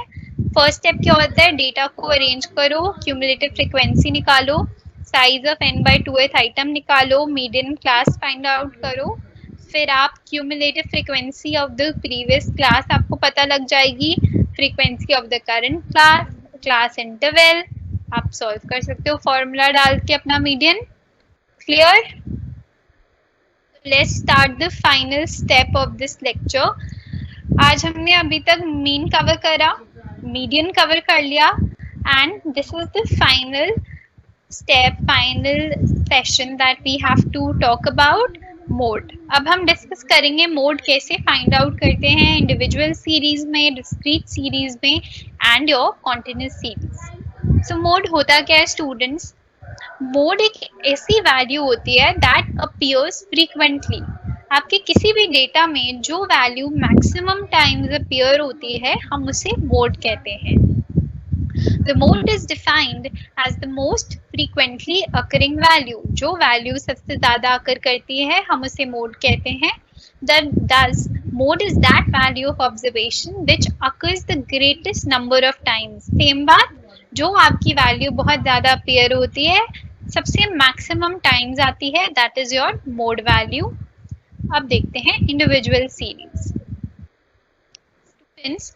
In case of individual observation, the mode is that value which is repeated the maximum number of times. अब एक एग्जाम्पल देखो, आपके पास कुछ 10 वैल्यूज हैं और कुछ मार्क्स हैं, 10, 27, 24, 12, 27, 27, 20, 18, 15 एंड 10।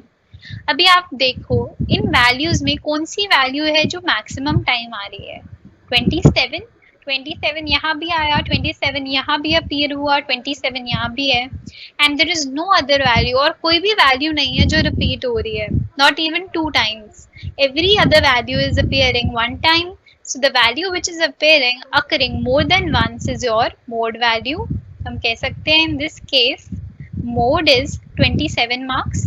आप इसको ऐसे भी कर सकते हो, देखो मार्क्स 10 है, कितने नंबर ऑफ स्टूडेंट्स क्या है 1, 12 भी 1, 15 भी 1, सिर्फ 27 मार्क्स हैं जो 3 स्टूडेंट्स क्या है। आप यहाँ से चेक करो 10 भी 1 स्टूडेंट का ही है और कोई 10 नहीं है, सिर्फ 27 मार्क्स ही हैं जो 3 स्टूडेंट्स के आए हैं, इसलिए फ्रीक्वेंसी सबसे ज्यादा कौन सी वैल्यू की है, कितने मार्क्स की है, maximum frequency is 3 of marks 27, so our mode is 27 marks.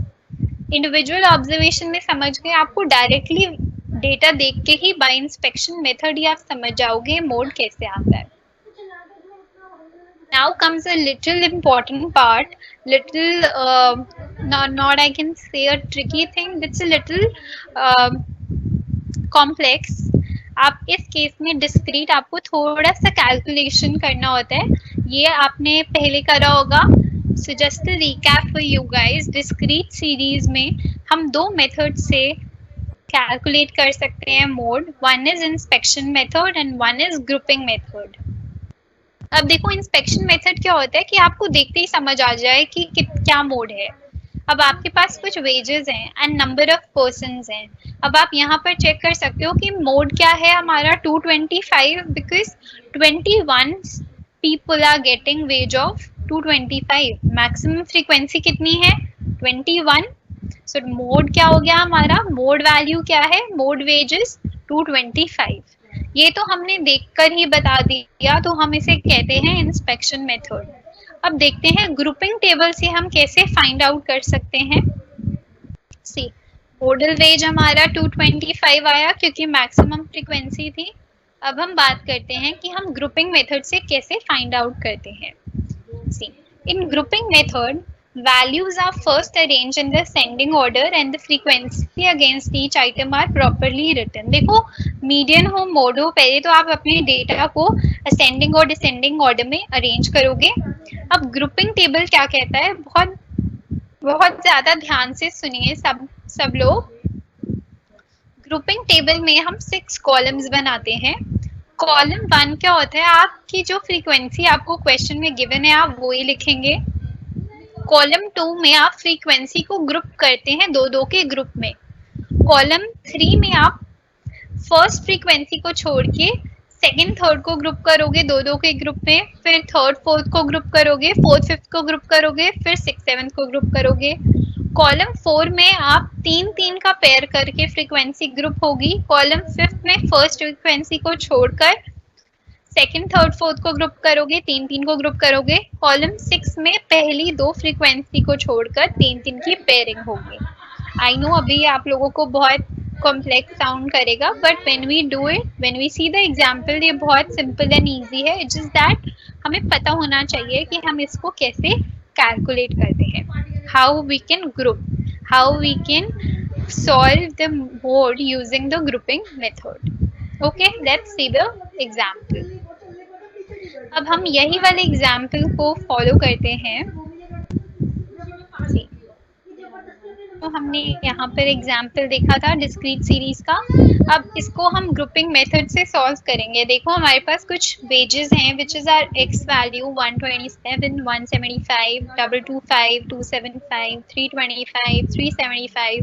अब इसके अगेंस्ट हमारे पास फ्रीक्वेंसी है 3, 8, 21, 6, 4, 2, राइट. अब इसको ग्रुपिंग टेबल से हम कैसे सॉल्व करेंगे. सो ग्रुपिंग टेबल क्या कहता है, सबसे पहले अब आप अपने वेजेस को असेंडिंग ऑर्डर में करो. सो 127 के बाद 175, 225, एक्स को आपने असेंडिंग ऑर्डर में असाइन करा.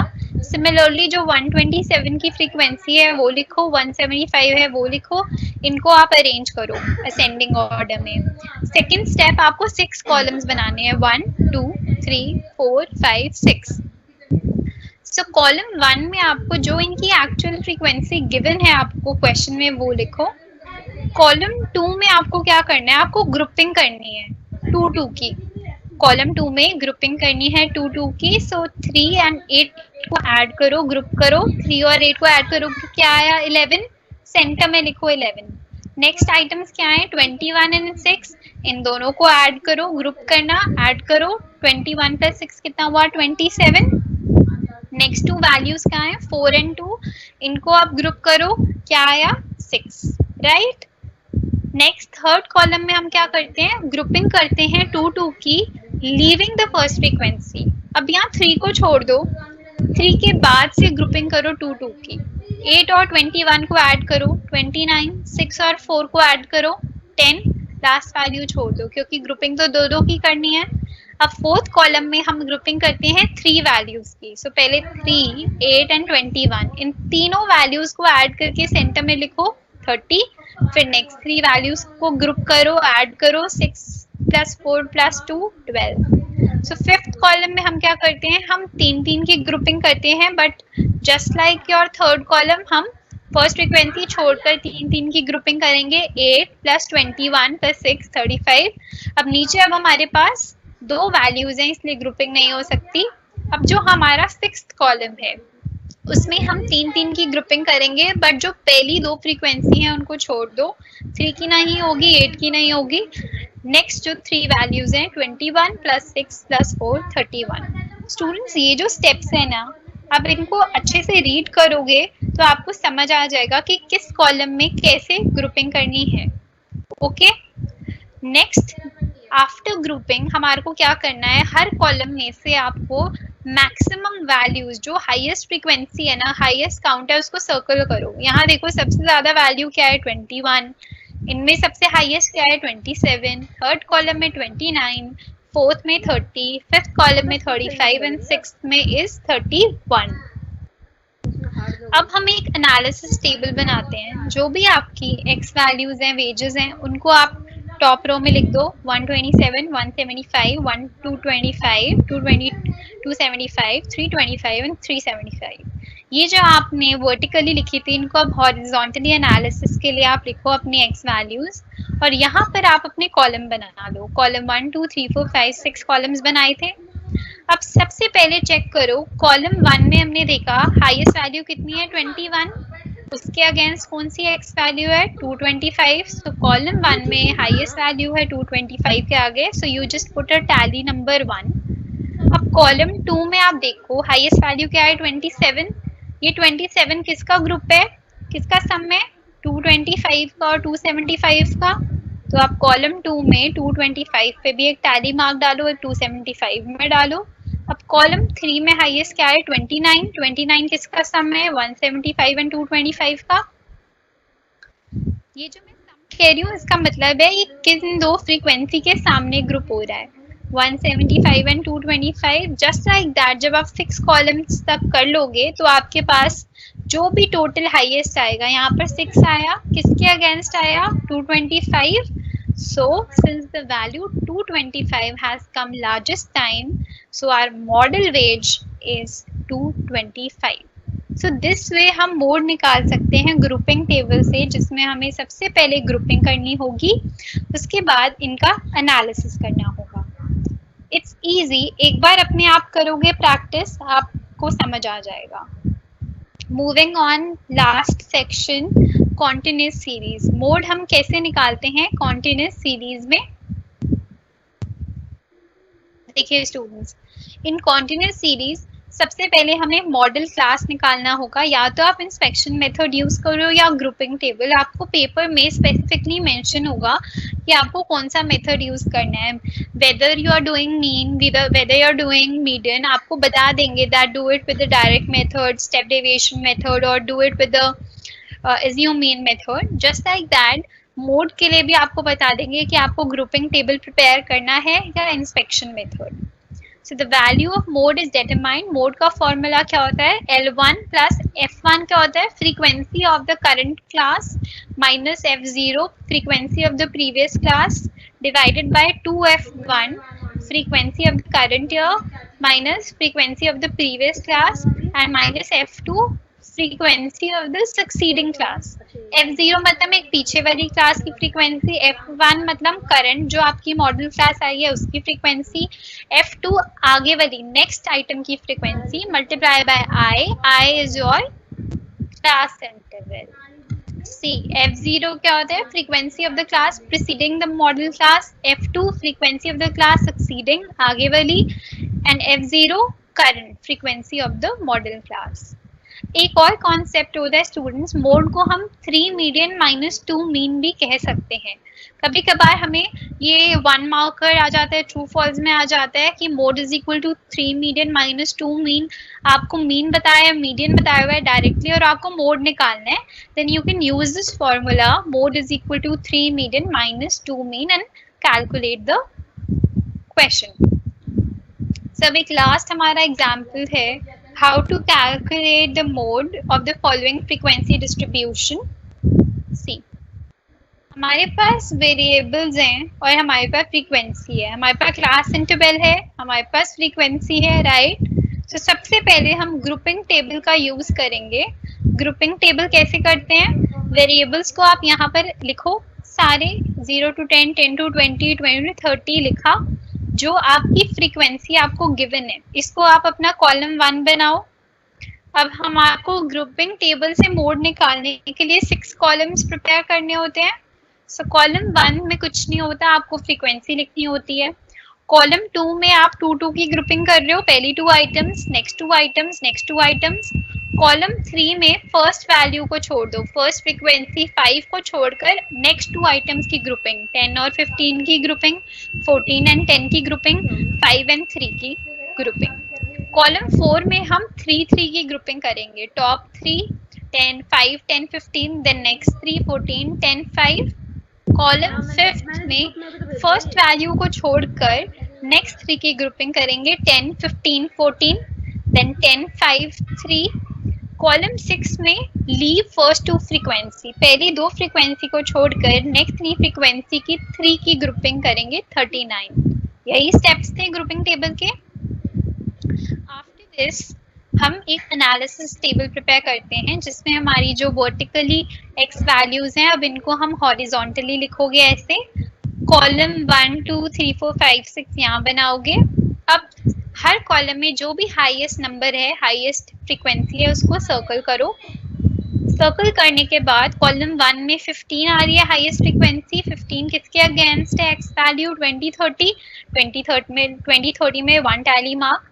सेकंड कॉलम में हाईएस्ट फ्रीक्वेंसी है आपकी 29, 29 किसके आगे अगेंस्ट आ रही है, देखो किस दो का टोटल है, इनके आगे क्या है, 2030 एंड 3040 के सामने आ रहा है 29, तो 1 डेटा आप 1 मार्क डालोगे आप 2030 में, देन 3040 में 1 mark.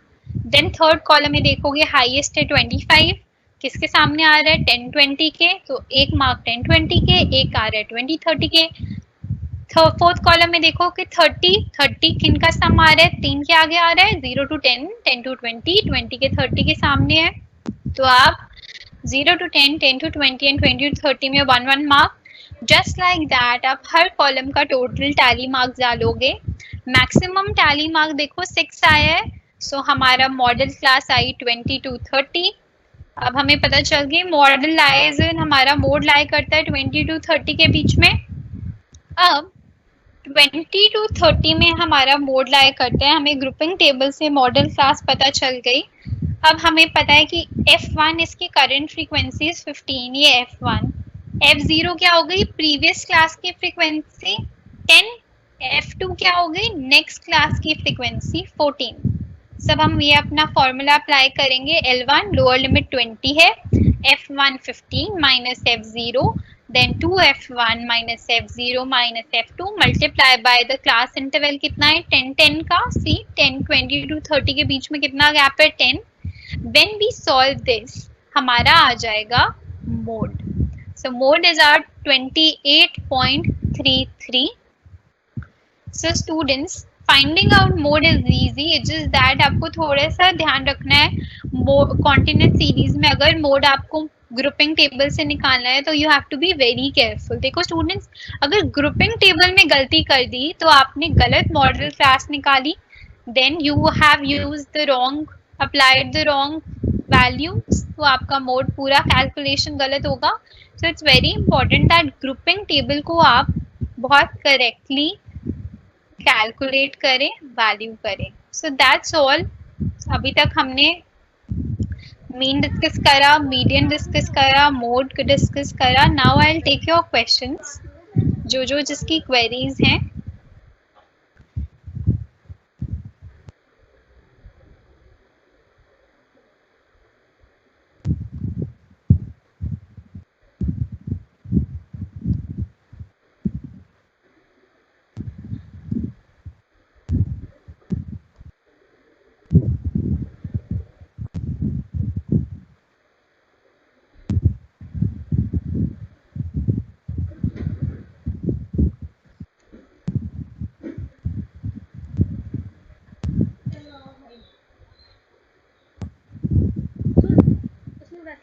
So the first query is, ma'am, please share the notes. Don't worry, students. So by tomorrow, I'll give you an update that how we are about to share the notes by next class. Tomorrow is the last session for business math and statistics, and उस session में मैं आपको बता दूंगी कि आपको ये notes मैं कैसे शेयर करूंगी। And soon in few days time ये जो वीडियोस हैं ये SOL की साइट पर अपलोड हो जाएंगे आप लोगों के लिए, बट ये नोट्स कैसे शेयर करूंगी इसके लिए मैं आपको कल डेफिनेटली बताऊंगी।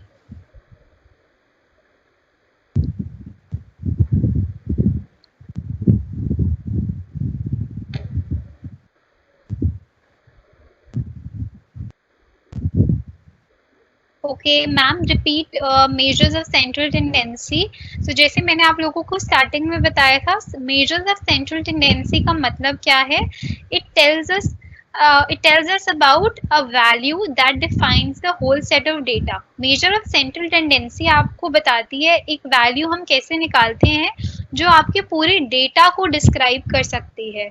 सो measure of central tendency are mean, median and mode. Mean में हमने पढ़ा arithmetic mean, geometric mean, harmonic mean. Median पढ़ा हमने, मोड पढ़ा. So these are are measure of central tendency, जिनके बेस पे हम पूरे डेटा को डिस्क्राइब कर सकते हैं.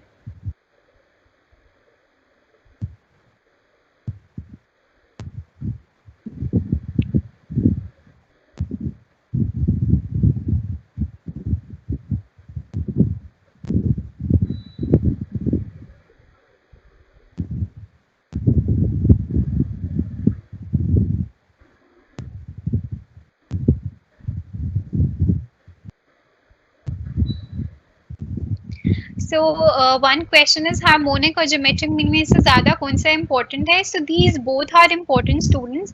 आपको there is no weightage that harmonic mean is more important, so you have to cover both of these. कुछ भी आपसे पेपर में क्वेश्चन में आ सकता है.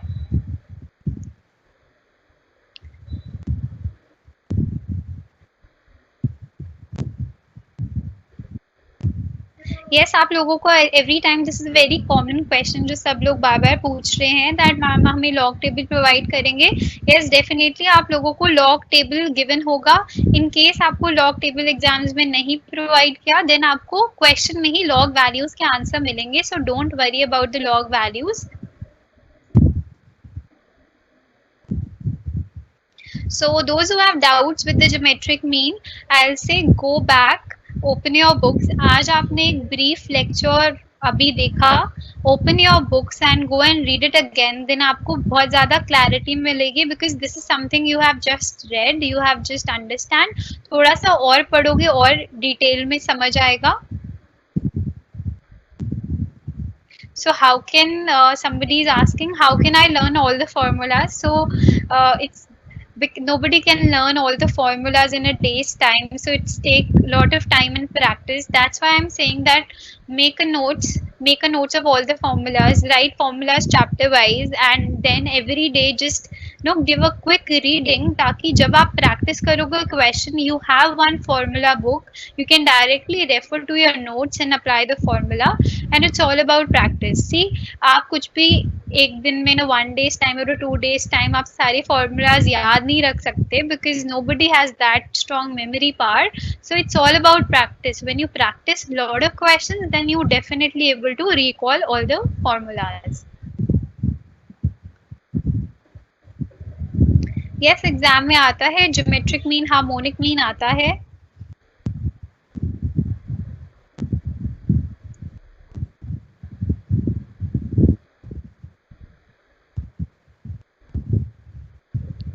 Difference between mean, median, mode. I hope after this lecture आपने पूरा 2 आवर का सेशन लिया, अब आप लोगों को खुद क्लियर हो गया होगा मीन क्या होता है. Mean is average, median is the central value, and mode is the value which occurs the most frequently occurring value.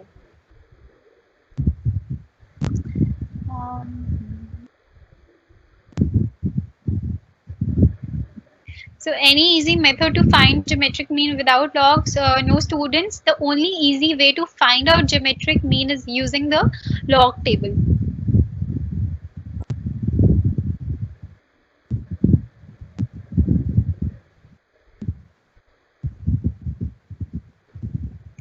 So I have one question regarding somebody is asking regarding the last class कि amount और principal में differentiate करने में problem आ रही है. See students, जब भी आपको question में लिखा होगा कि आपने इतना पैसा invest करा, so जो पैसा आपने invest करा, the sum of money you have invested now, that is principal. Principal क्या होता है? जो पैसा आप आज invest करते हो, the original amount. And sum क्या होता है? Amount क्या होता है? Amount is addition of total principal plus interest. जब आपका प्रिंसिपल और इंटरेस्ट ऐड होता है, सम ऑफ प्रिंसिपल, जितना पैसा आप आज इन्वेस्ट कर रहे हो और 3 साल बाद जितना आपको मिलेगा, that total amount is your sum. Amount बोलो, सम बोलो. Amount is equal to principal plus interest, and principal आपका होता है original balance.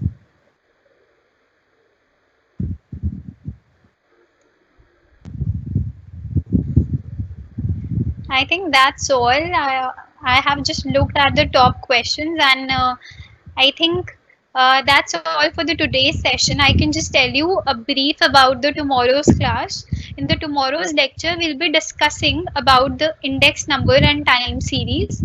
So all those students who want to understand the basics, the starting or the main topics from the examination point of view, we'll be covering all in tomorrow's lecture. कि index number क्या होता है, time series क्या होती है, and all the best. And what my advice to you is that after going through this session, just open your books and practice these questions, because after getting a lecture on mean